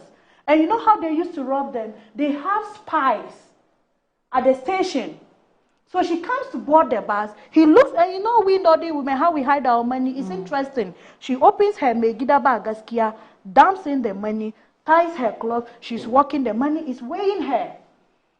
The spy is there. He picks on her. He calls the person on the road. Bus so and so is coming. There are 4 AGS or 5 market women in the bus. They have a lot of money. Today she's comfortable to do what? Mobile money. Moving, even with the assistance of a banker. You may say she's a market woman. She has her bankers who will be able to help her with internet banking. And they are doing it. They are happy. You introduce mobile money interoperability. I am saying, did you introduce mobile money? I watch my word. Annie, look. Did you introduce mobile money? Whether novel or not novel, what I am saying is that we are talking about continuity. No, but you are talking about. Annie, I didn't say introduce. You asked me. No, but you are talking and I'm telling about. Granted, we didn't even introduce. Admitted that we didn't even introduce. It took us the effort, the deliberate act to let Ghanaians feel and enjoy the benefits of mobile money interoperability. And that tells us, I'm not done. And you're listening to the title. You have to land. Okay, so let me land on these issues. Thirdly, on the issue of voter education and all that, vote spoiling and education of voter registration, currently we are on the ground. What I have found so unique about this particular campaign, we are talking about campaign, is the fact that the NPP took the lead in printing stamps across the country for all our pieces, telling them that the fact that in 2008, when President Mills won the election with a vote margin of about 40,000 between he and Nana Addo Dankwa, meanwhile, when sports ballot was over 200,000 votes, 205,843. Somebody winning the opponent with just 40,586. Then we are recording 205,843 votes. That gives an alarm. That tells us as political parties, we need to look into that. And look at Titus Glover's case. He won by just 3 votes, and we call him MP3. Is that not the case? Meanwhile, his sports ballot, the sports ballot in the constituency was 658. So the political parties said, especially my party, took the lead in this. We are discussing. That's 2024. why you should be serious about punishing people. I'm coming. I agree. Thank you for that addition. But I am telling you, that is why from even our structuring, you know, we started early. We started from reorganizing the base, getting our albums right, getting ourselves well prepared for the processes. And you saw that we did it peacefully from a stage to a stage. Yeah, there could be some issues. Excesses will always be excesses. And they will come because we are human beings doing their work. Now we went to the people. Every parliamentary candidate in NPP has a stand, a pull-up stand, that has a whole ballot speaking to all the candidates that are going for this year's election. Then the PC's ballot as well. And we are practically educating Ghanaians, not only NPP people. We have taken the voter education onto ourselves. I acknowledge what NCC is doing. I appreciate what the EC is doing. I appreciate the attempts the NDC is doing. But we have taken it upon ourselves to do it aggressively. And trust me, Annie, it's sad to know that a lot of people were not voters in this country. Okay. They had their cards, they went, but they weren't good voters. Okay. Lastly, on ethics, ethical journalism. I'm just glad that, again, if you don't want us to say we do this, we are doing this, we're doing this, we form part of key players in this country as a government and as a party in propagating good journalism or media ethics. That is why you have the president addressing issues of misinformation and disinformation. You can't take, she said it. She mentioned that the president went to lead it, and that's a plus for Mr. President. Mr. President, good morning. My people from Northern Ghana are saying we should thank you a lot. We wouldn't, but for you, we wouldn't have had all these things I mentioned earlier. We are very grateful to you. Our brother and our father will do more. And that is why I'm thanking my people. We wouldn't have done what? Had what? Kotoka, that, of course, Kotoka Standard, the Tamale International Airport. Who did it for us? No, who did it? Who constructed it for us, Annie? No, the ambulance services are mentioning. The pregnant women who are no more dying. The young woman who would have been at Ashaman being raped is by whose courtesy or by whose support or by whose help? Precision. Don't say pregnant women are no more dying. Even if, even if, we all can confidently say it's not as rampant or as frequent as it would have been. Okay. Lastly, I'm landing. I've not landed. What I am how many saying, times you want to land? She landed 3 times, and she found a very good ground to land. No, I asked follow-up questions. That's what dragged her. Even my follow-up questions Do you know how long are you've way spoken more. for? My follow-up questions are way more. So finally, Rabi, Annie, thank you so much, Annie. Let me continue. Let's not even argue on this because time is going. Let me just land. So finally, what I am saying is that our manifesto is so precise and clear.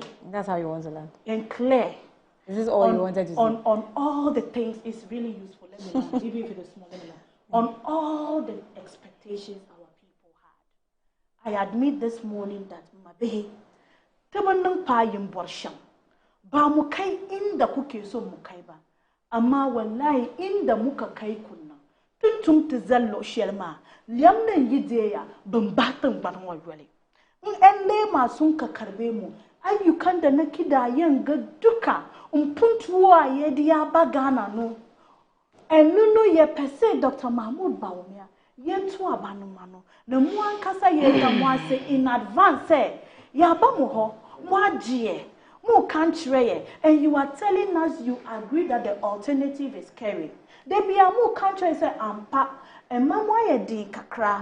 Now the confidence they have in Dr. Mahmoud Baumia, I am very grateful. Dr. Baumia is grateful. Madam Felicia Tete of my constituency, the Sanargo constituency, is very grateful. This is a constituency where NDC used to win all the 99 ballot boxes. So you know what happened in 2020? For the confidence, for the improvement we have seen in Sanargo, for the road that is called Abortion Road. Do you know the road in front of my father's house used to be called Abortion Road? I hope the name has changed. It has changed because it's new. Today you sit in my mother's room with your white shirt, it will not get dusty. So it's changed to what? It's changed to a first-class third road. It's there. I'm mentioning on TV. Please don't say, am I lying? Yeah. Madam Felicia Tete, she moved us from 0 ballot box to 44. Okay. Hajia Fataya Abdulaziz is in Savulugu. Okay. The NDC is already shaking. Let me give some. And all they are doing to us, and please, Annie, this one, 2 seconds. I want to end. I want to tell Ghanaians that insults don't win election. All my parliamentary candidates, all of us on the ground canvassing the vote, I am so impressed, and I want to thank you all for not responding to the insults, for not insulting back, and for not starting the insults. Let's finish hard. We are winning. Ghanaians, we are very grateful. You have empathized with us. You have seen the struggle. All true, we have given you a lot, and Dr. Mahmoud Baumia will bring a lot to Ghana, more and more and more. Okay. She radu. One young woman Ghana has not treated fairly at all. It's Miss Victoria Hammer. Oh, sorry. What was her crime? A mere advice to a colleague and a friend that their family background was poor, and told her that with her, if she did not have $1 million in her account, she would never fight her powerful minister. Is this a criminal intention, or a mere common aspiration every human being must have? I am so sad that even women could not stand with her own. In my view, the whole country owes Victoria Hammer an unqualified apology. You didn't add your name, but to be honest with you, I think we have entertained certain things, and things that will give room for corruption we don't actually see. She found herself in a public space. And in a public space, if you make a comment like that, that is almost like attempting to murder. If we give you a road contract or a road project, and because of your 1 million dream, you take 2 cities from it, you have killed somebody on the road because of that. So our moral fabric is really all rotten. So we don't see some of these things, the seriousness of it. We think that is fine. It's not fine for a public holder to make such comments, even though we see more serious offenses today. I get your point. but I just want to explain to you that let's not entertain things that will lead us into temptation. Yeah. So are you sure when you ever get a political appointment, you do all these things you're talking about? It would be nice. I will try my best. Oh, try your best. If I become a political, you're not confident to say you will do. President and I appoint you a minister. Yes. And you steal 2 cities. Yes. Rabbi, I'm telling you today. So say I'll do it. Don't say I'll try my best. Say you do it so that we'll put it in our archive. I'll try my best generally. Yes, but I'll do it. And then we'll say, you were telling me that quality, you are not, you see, you've just said what I was explaining. Thank you for re-echoing what I said. You have rehashed it. And you are nice. Kojo Trudeau says that, good morning, and you were witnessing an unprecedented campaign of lies in this country. And the volume of lies coming from the NPP has gone beyond every limit of decency and democracy. After failing to lead the government, and govern the country decently, bringing us to untold hardship, corruption, and poor development, they believe they can convince you that reality differs from what you know and experience. We have tried to make some of us believe day and night is day. A day is night and night is day. So in the remaining days, we will bring out the worst in themselves. The remaining days will bring out the worst in themselves, but let's ignore the lies. And on December 7, go out and vote the hardship we're facing out. Okay, Trade will send that in, but Chris from Ashalibojo says that, Annie, I thought Haji Rabi was going to be courageous enough to condemn the barbaric act of feeding our kids with expired rice. No, she was rather asking me how many times I've seen that. Why would I do that? The thing is, you were asking me how many times, how many reports I've seen regarding expired foods. Do you know the reason why I asked? I was looking at the negative versus the positive. Rabbi, these are kids we have fed reports of for several years. Rabbi, so if we have a likely stop campaigning to my team in the studio. Look at me. Oh, they are part of us. Look at me. I'm going to look at you. You distract me. That's why I don't want to look at you. Stop distracting me. Okay, look at the cameras. I'll talk to our viewers. Okay, let me finish. What I was asking Annie is that I was comparing the number of negatives. Though it's not good, I'm not encouraging negativity or bad practice. It is criminal. It is criminal. But do you know? Have you seen the Food and Drugs Board? Have you seen the Food and Drugs Authority's release? They have confirmed that they said the people didn't come. No, I have it here, Annie. What you're saying is right. But even moving forward, they said, and this is where I actually found the company quite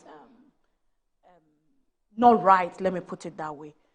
The Food and Drugs Board did the testing. You know, we have best before use dates, we have expiry dates, and we have. Rabbi, I will not allow you to misinform the public. No, don't use some of these words. It's not misinformation. I'm speaking from the Food and Drugs Board. I'm not picking misinformation. I am picking. So you have not learned. How do you know it's misinformation? No, Annie, you are not. You are not being nice. You retracted the first one. You are repeating the second one. I don't have to be nice. You retracted the first one. You retracted. You called me. I will not retract. You called me dishonest. Allow you to misinform the public. And it's not misinformation. I'm telling you what I am reading from. I am quoting from Food and Drugs Board. The rebagging was done. I'm coming. If I'm quoting from a source, and I'm bold enough to say I'm quoting from this person, it means the information is not coming from me. So it doesn't make me say disinformation. Do you know how many releases the Food and Drugs Authority has put out on this issue? Even if it is 1,000 releases, I'm telling you that is why I am comfortable to quote them. I am not saying my own words. That's what. Fantastic. So you should have allowed me to learn. But you don't tag me, Annie. That's what. No. The issue is okay. It's okay. Don't worry. Let me finish. No, let me finish reading. It goes to affect our integrity. You to misinform the public. It's not misinformation. I am quoting the Food and Drugs Board. It is. So they are misinforming. So direct it to them. Okay. Good. Direct it to them, not me. Because if I'm quoting them, they are the source. No, Annie, don't do that. If they are the source. When the Food and Drugs Authority gives information about expired rice, that is wrong. Are you able to tell? So that is why I am acknowledging. No. And if I'm quoting you, mentioning, and I quote, is subtle disclaimer, telling the viewer that this is not coming from me, but the Food and Drugs Board. That is why I insisted that I'm quoting from them. So but if you attach it to me by telling me I am misleading, no, I know the true meaning of disinformation and misinformation, and I wouldn't allow anybody in this country to tag me as such when I'm not such. Will you allow me to read? I need to just say what I need to say because I'm here to talk with you. Take the time on I am here to talk with you, Annie. I am here to talk with you. Let me go on. I'm not here to listen to you and go home. I'm here to have a conversation with you. Rabbi, Instead, she delves into politics and sloganeering. Does she live in this country? We must reset the NPP communicators right there in your studio. Annie, let me send you the State of Agenda 111 project. For that one, I cannot play it. But, and Rabbi, if you want to get all the information about the rights, I think you should. I do have every information. Oh, you don't? I do have Obviously all the and I'm forwarding it to you right now. I'm forwarding what I have. Don't I will forward what I have. Don't waste put your it as though I don't have them. You can't determine what information I have. So how do you know what information I have? And you are not nice. If we are, I know you don't have to be nice, but I'm telling you, you are not. Look, I just don't want to use certain words here. It's a platform that is respected. Our temperaments matter. But of course, as much as I need to behave maturely, I won't also fold my arm for any form of disrespect or tagging. I won't accept that. Good morning, Annie. I am flabbergasted by the extreme partisanship being exhibited by the government communicator relative to expired rights served to SHS students. I will urge her to remove the partisanship spectacles and put herself in the shoes of the innocent students. Noted. David Edu from Tema. Noted, West David. Consistency. Noted. So, at least you haven't called me a liar. So this noted. one says that, who's calling you a liar here? You did say I'm being intellectually dishonest. You retracted it. Now you are saying I'm misinformed. So why are you making when I'm quoting a source? So we are debunked from quoting sources in this country. Oh, Annie. Safa from Amahia says that, Annie, good morning to you. The video Hajar is referring to is the NPP members who deliberately pretend to be NPP, to be attacking Fulani people. Oh, the Fula. Okay, well, wow. Let me not. I don't like messages like this. Good morning, Annie. I woke up to watch the show, and as usual, but listening to Rabbi, I am going.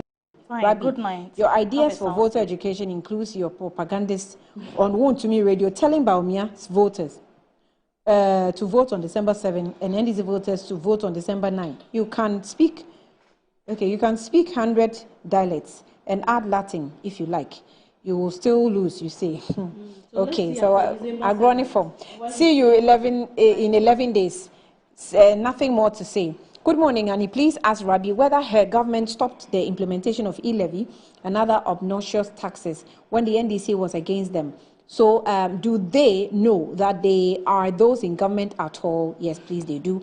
It's so nauseating hearing some political communicators on some of the issues. They should stop it because Ghanaians are no longer, You put a word in quotes I refuse to mention. Sam Kelly from East Legon is the one that said this in. Ambassador Sampiali says that one young woman has not been treated fairly. Okay, I have this one. Sorry.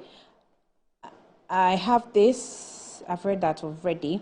And this one says that never again, Annie, the NPP cannot take Ghanaians for granted again. Enough is enough. So they should start writing their handover notes because John Mahama is taking over in 2025. Haruna from Ashaman is the one that sent this in. My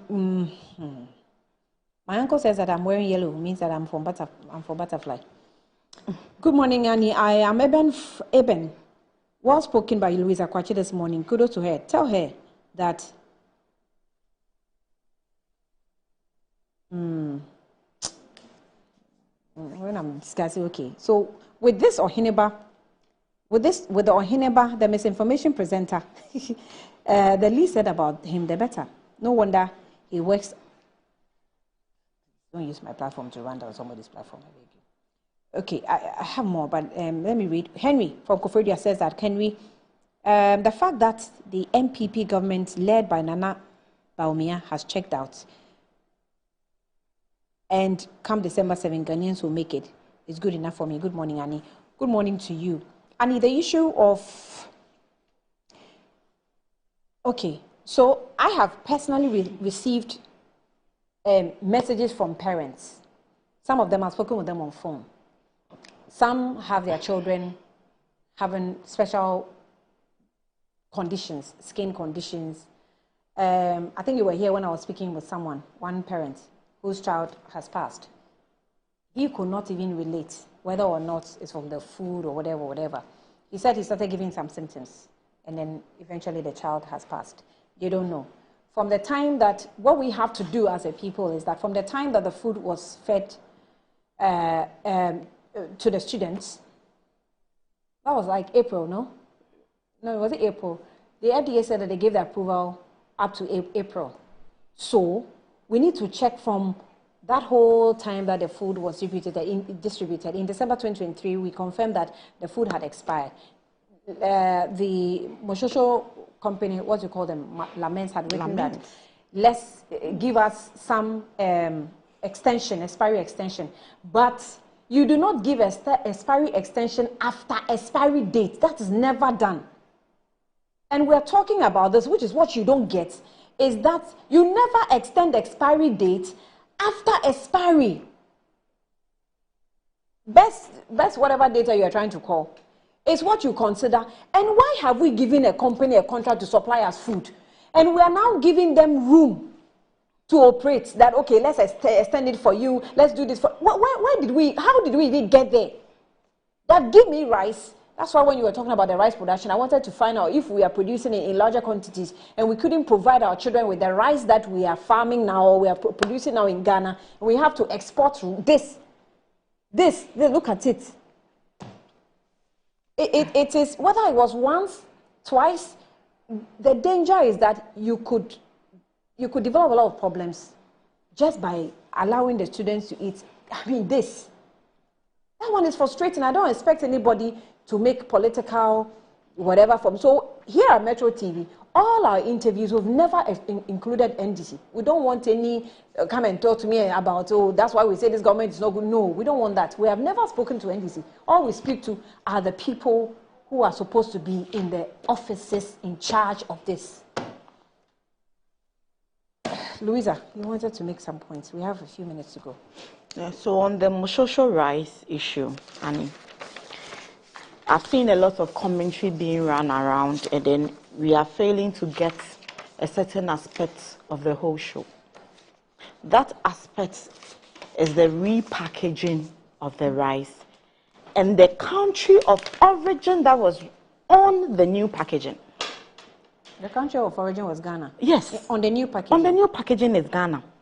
So you buy a product and the expiry date of the product is in December. And FDA writes to the company that they want to do so and so, and that so and so is that they want them to stop the repackaging. At the time, they had repackaged 15,000. They wanted safe ways to destroy the already 15,000 repackaged bags. And then the other aspect was that they gave them a fine of 150,000, which reduced to 100,000, and they ended up paying 50,000. Surprisingly, yeah. I am a country. We are talking about our agriculture sector. How to make agric in our country very attractive for import substitution and make our agriculture products export driven. Is that not the case? But you import rice that is spoiled. From the videos you are showing, I don't think anybody will go to the market and buy this kind of rice to come and cook in the house. You repackage it and you make it Ghana. So in a nutshell, what are you telling the global market? What are you telling the taste buds of the local consumer? You are telling them that this is the rice Ghanaians produce. Rice that is insect infected. Because see, what we see in terms of repackaging and putting the name of made in Ghana. The origin is Ghana. So what we are telling everybody, the head teachers who went there to pick the rice up, the children who consume the rice, the boys who pack the rice from the cars to the various dining rooms and their storage points, saw made in Ghana on the products. So at the end of the day, it is made in Ghana rice that is spoiled. That is not correct. Because if you are bringing us this rice, I don't think that FDA or GES gave the heads of the schools a disclaimer. No. That this rice we are so giving far, you, it is spoiled rice. So take this rice, consume it in a day. Because the FDA have given us a new date of expiry, which in the history I've never seen anywhere per my experience in marketing. That you have to consume the rice by April. That is not the case. And shockingly enough, if they give you the rice on February, it was given out before the FDA report on the rice came out. In all of this, I asked myself one question. Who is this Laments? Why is Laments bigger than the state of mind of our children. Why is Lamens? Lamens is bigger than Ghana. Why is Lamens bigger than because everybody in Ghana? This contract is between Lamens and Buffer Stock Company. And it's shockingly for you. Which is representing Ghana. So if Lamens goes into a contract with Buffer Stock, and Lamens food that it is bringing is nearing expiry, and it could not change the date or it could not do anything about it until expiry was reached, before a right that, please change expiry for me. And that was not even granted in the first FDA release that came. Only for FDA to now release again, because the research came out that the rice that had been presented for expiry to change was not wholesome. So there was a comprehensive FDA report that indicated that. Before FDA is now giving us another fatty acid. Yes, acidity. I mean the reports are here. Yes. I have them on my phone. Yes. And only the surprising thing is that the same lament. Did I hear a sentence like, when was the last time you heard of unwholesome food being served to How our many children? times? The frequency. Good. So let me get that clear. So, I'm waiting for my look, Louisa. Let me just provide information here. It was just for the generalization made. So I was just trying to make a comparison. I'm just providing you that. Let me land on my submission. So interesting. Laments as a campaign. This is not the first time they've done that. And as a matter of fact, I cannot even count the number of times that our children have been fed. If not for the interception of Honorable Okudzeto Ablakwa, we wouldn't have known. And this is the Auditor General's report from 2021. 608. It says, in contravention of Section 52 of the PFM Act 2016 at 921, we noted that supplies of 65 bags of rice in March 2021 to Priscilla Huni Valley Senior High and Technical School, and 5 cartons of carnation milk to Asankrega Senior High School by Lamens Ventures, the same Lamens Ventures, were found to be unwholesome at our time of audit in September, though the expiry date on the product was October 2021. And it goes on to say, the point 609. As a result, there is the risk that the items would be served to students in times of food shortage with possible health implications. Now you move on to the table beneath that page, and it shows you Lamens is not only noted for giving us unwholesome food, but shortchanging their supplies as well. So if you go through the table, what you see is shortfall in supply of food items. And they give you the number of times. The first time Lamens did was mackerel. They reported that they've given 530 cartons. They've given 1,125 cartons, but in actual terms, they gave 530. The difference is 595 cartons that the government paid for, they didn't supply. Sardines, again, they did mackerel. Now sardines, 405 boxes, but they gave 240. The difference is 165. Lamens, again, they did tinned tomato. So the expired tinned tomato that was mentioned earlier that they gave them, the unwholesome tinned tomato, they even shortchanged that supply. The expired? Yes. It was even shortchanged. But that one, we'll thank God for it. At the end of the day, this company is supplying us with food stuff that is unwholesome, shortchanging. We are paying for a mess. We are paying for diseases. I find it amusing. National Buffer Stock, if nothing at all, that is a private entity. You have given your wholesaling edifice, keeping of your items, where you keep your item, your storage points, to them to pack these unwholesome rice there for repackaging. The storage facilities across the country, according to FDA, it was not registered. And they have unskilled personnel working there. So at the end of the day, government in itself is performing an illegality. Okay, let me allow. So let me land on my point. I'm saying that if as a nation we are going to develop, the most social rights incidence is doing 2 things to our people: investor confidence, and then how we tune our taste buds and creating the top of mind awareness that Ghanaian products are not wholesome and they are not good for consumption. So I'm expecting 3 quarters to come out and do the right things. the President of the Republic, 7 December is not yet due. Unlike the times when they were electing their flag bearer, that he said that whatever he's doing now, he cannot continue. So a new flag bearer will come and take over from where he's taking us to. This has to do with our children. The same children he is using for a campaign for free senior high school to vote for.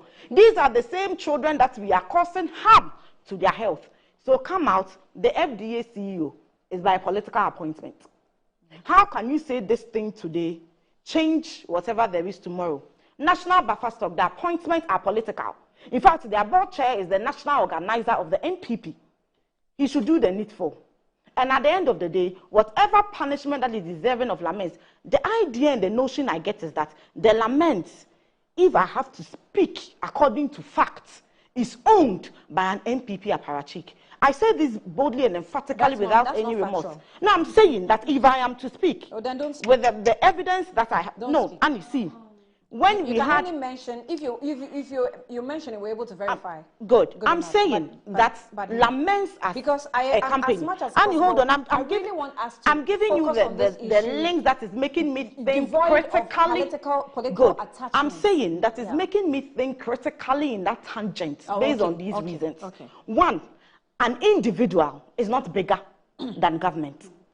And every time he does same, the Auditor General's report is meant for who? It's meant for government to make decisions, yes or no. At the end of the day, that report is fingering the same individual. He went scot-free, and he is still distributing in 2024. This was in 2021. It means that that is his modus operandi.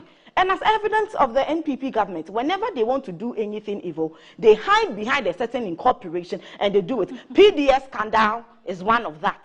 And then we hear how there was a tape of Bamsi and then Gabriel Tredako on how they were going to share whatever there is. So if anybody says this morning that the alternative is scary, the alternative is scary for people who have created, looted, and shared for their party cronies and their family members. So the NDC's agenda to reset this country is to reset this country for the mess that has been created. The $58 million that has been sunk into the national hole. The ambulance spare parts deals that were given to a daughter who did not have the qualification enough. The PDS scandal, that electricity bills were collected and we couldn't account for. Those are the things we want to reset the country against. You're in London, so it's fine. Rabi. Yes, it's so nice that, or it's good that I am not sitting on Metro TV for the first time. And I do acknowledge the comments I'm receiving on my phone. I'm very grateful for this. And then it's also quite sad that one is not allowed to even make your statement fully, then being led to misunderstanding or wrong tagging and all that. It's fine. I'll take it easy, and I'm taking it easy. But what I am saying is that I being somebody, is that the kind of message you're receiving? Please let me lie. I beg you. I being somebody who is of social work background. I have been in the NGO space. I have done quality education and assessment of improvement of education with VSO. I've worked with several NGOs. Those who know me know that I am saying the truth. And I do recognize the fact that my child, your child, or her child doesn't deserve any form of contaminated food or poisoned food. That I do agree. And I want to also say that I have never sat on this platform or any other platform to support wrongdoing. So I am so proud to say, with the facts, with the research, with the accuracy that I do come here to put across, would vindicate me from now to on. And that is fine. Louisa has mentioned about the stakeholders. That is just where I was landing, and I would always do it. That I believe in conversations, I believe in dialogue, and I believe in people who say they are neutral, taking their position of neutral stance.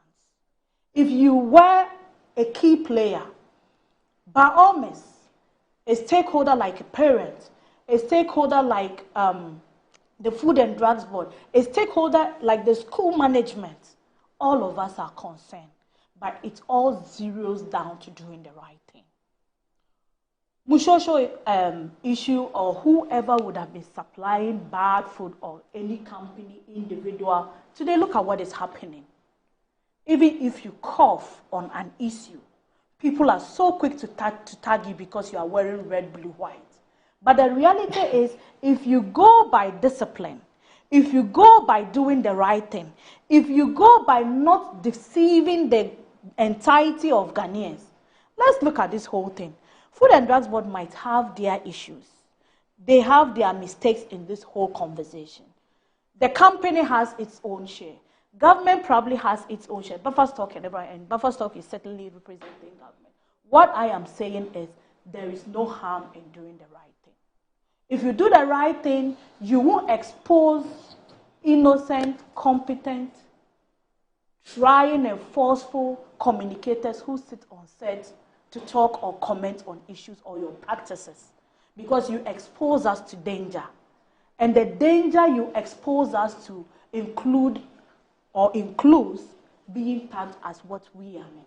So I am appealing clearly that whoever is in this process should do the right thing.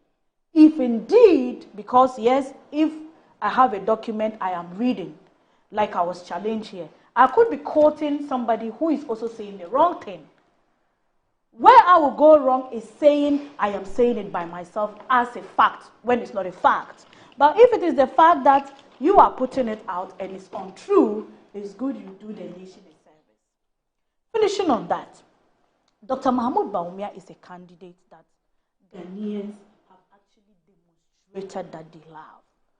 Prior to this campaign process, before he even went to UPSA to tell us where we are coming from and what he intends to do, on this same platform, we had conversations. On several platforms, we got the sentiments of Ghanaians.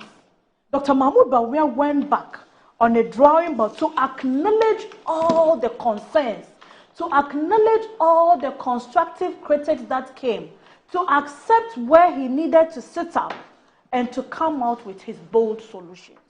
And I did mention it earlier. Let's not be deceived by whatever people are saying. Everything today, let's not be deceived by any form of distraction. Let's not be deceived by any form of name calling. Let's stick to the tax. What I do try to put across is that if I were doing good, or if I had always worked with you on a social contract, and in the scale of 1 to 10, I have been able to deliver you even 5 of your expectation, I think it's only useful or needed for you to give me the chance to be able to bring you more of that I have done. Ours is a government that listens. Ours is a government that would listen to you and come back to tell you, yes, you spoke about reconsideration of this policy you are talking about. You spoke about quality going beyond access. Some Ghanaians do tell the government, some Ghanaians do have open discussions, Facebook, all manner of social media, telling the government that we do appreciate the fact that millions of young people wouldn't have gotten, or a lot of young people wouldn't have gotten opportunity of being in school. Yes, we agree you have given them the access. Can we look at food quality? Can we look at TLMs? Can we look at capacity building of teachers? Yes, these are the issues we should be talking about. And these are the issues Dr. Mahmoud Bawumia is happy to talk about. So he's still pleading with you. We are still at your doorstep, telling you that, look, we have done our research. Other individuals have done research. They are telling us you are comfortable with us. They are telling us you want us to come and upgrade and not to reset anything. They are telling us that, look, the good works of this government that I have mentioned earlier would be improved. And we thank you so much, Ghanaians, for the confidence you have in us. Do you, as NPP, do you support Ohinebe's comments on radio? My party has always been a party that supports ethical journalism, that supports the issue of giving clarity and truth information. Even the Ohinebe's case, how fair will you be to use somebody's comment and say a whole political party is behind it or supporting it? I just don't want to nag over this. But the reality is we have had party faithfuls who have come out to condemn him. Probably you wouldn't see it. either internally or externally. Party faithful. Because Hold on, we don't, executives or party faithfuls? They could be party faithful, they could be party member, they could be executives. It mustn't be a written document. It mustn't be a press conference before I will have the right to tell you I have witnessed somebody condemn what he is doing. I am just telling you that myself, my political party doesn't support indiscipline from day one. And wrong is wrong. What we are saying is that if he did send, well, 10 could defend you put yourself in a position where when I want to ask you a question, you try to overtalk me. Listen, the reason I asked you is that you are a political party that commands millions of supporters. So when maybe someone would say associated with your party or associated with your party chairman makes comments, and I ask you, because you are an executive, you're a deputy. Can you say hold on, let me finish. You're a deputy communication director. When I ask you and you make a comment on it, your comment will be taken officially by my news team. Are you aware? I don't have a problem with that. That is what I'm saying. That's why I asked you. That is why I've been sent here to talk at the first. That is why the party has the confidence. I'm not offended. I'm not offended. I am not offended. I'm just telling you. I am just telling you. Please, you said I shouldn't talk when you were talking. No, we are done with the show. No, we are not done. I'm still answering to her question. Is it not a question on the program? Are we not having a discussion? Has she concluded the program? Let's not do this to each other. We are still on the show. You can't close the program until the host decides. What I am saying is that, Annie, my political party doesn't support wrongdoing. Even in the case of UTV, my own boss, Richard Ahiaba, was the first person to move into the studio to ascertain first-hand information what the whole problem was. Later, they were taken to disciplinary committee. And I am telling you, there is no way, I haven't listened to Chairman Wuntumi, but it will not also be fair for any of us to sit here and say Wuntumi sent the young man to go and do what he did.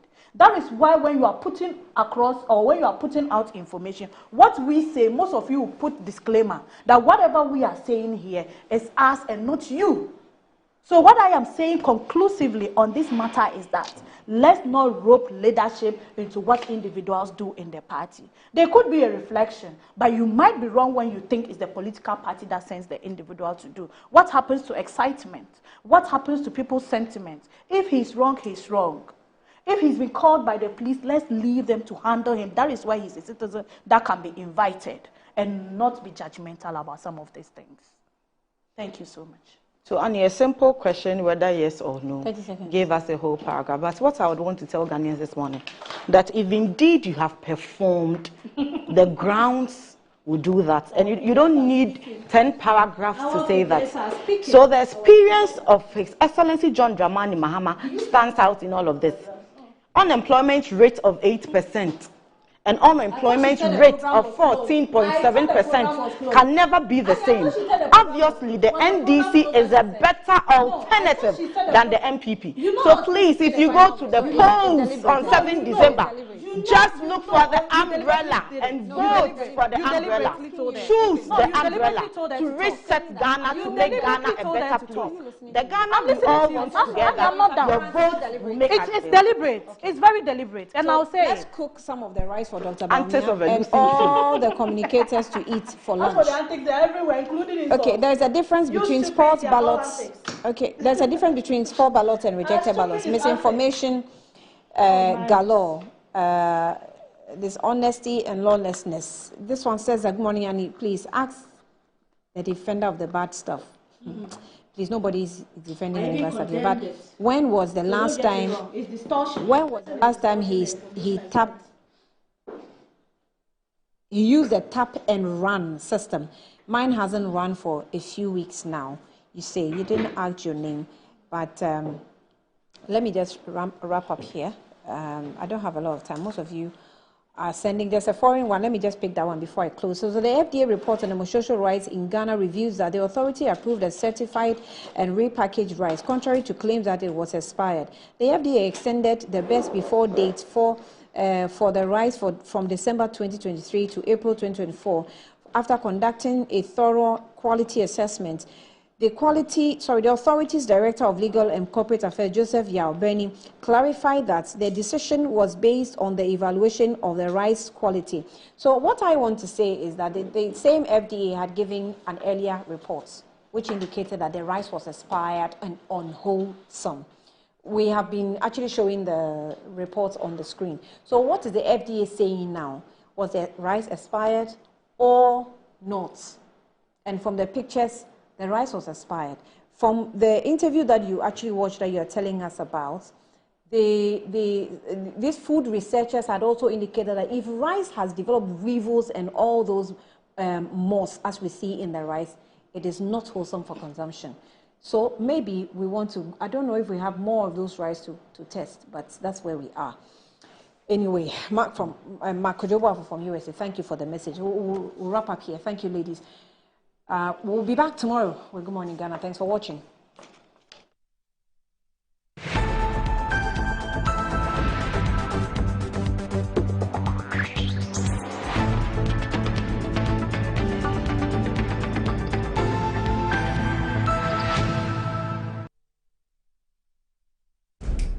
There's nothing worse than your multi-bet missing, but nothing better than having it saved. Bet saver.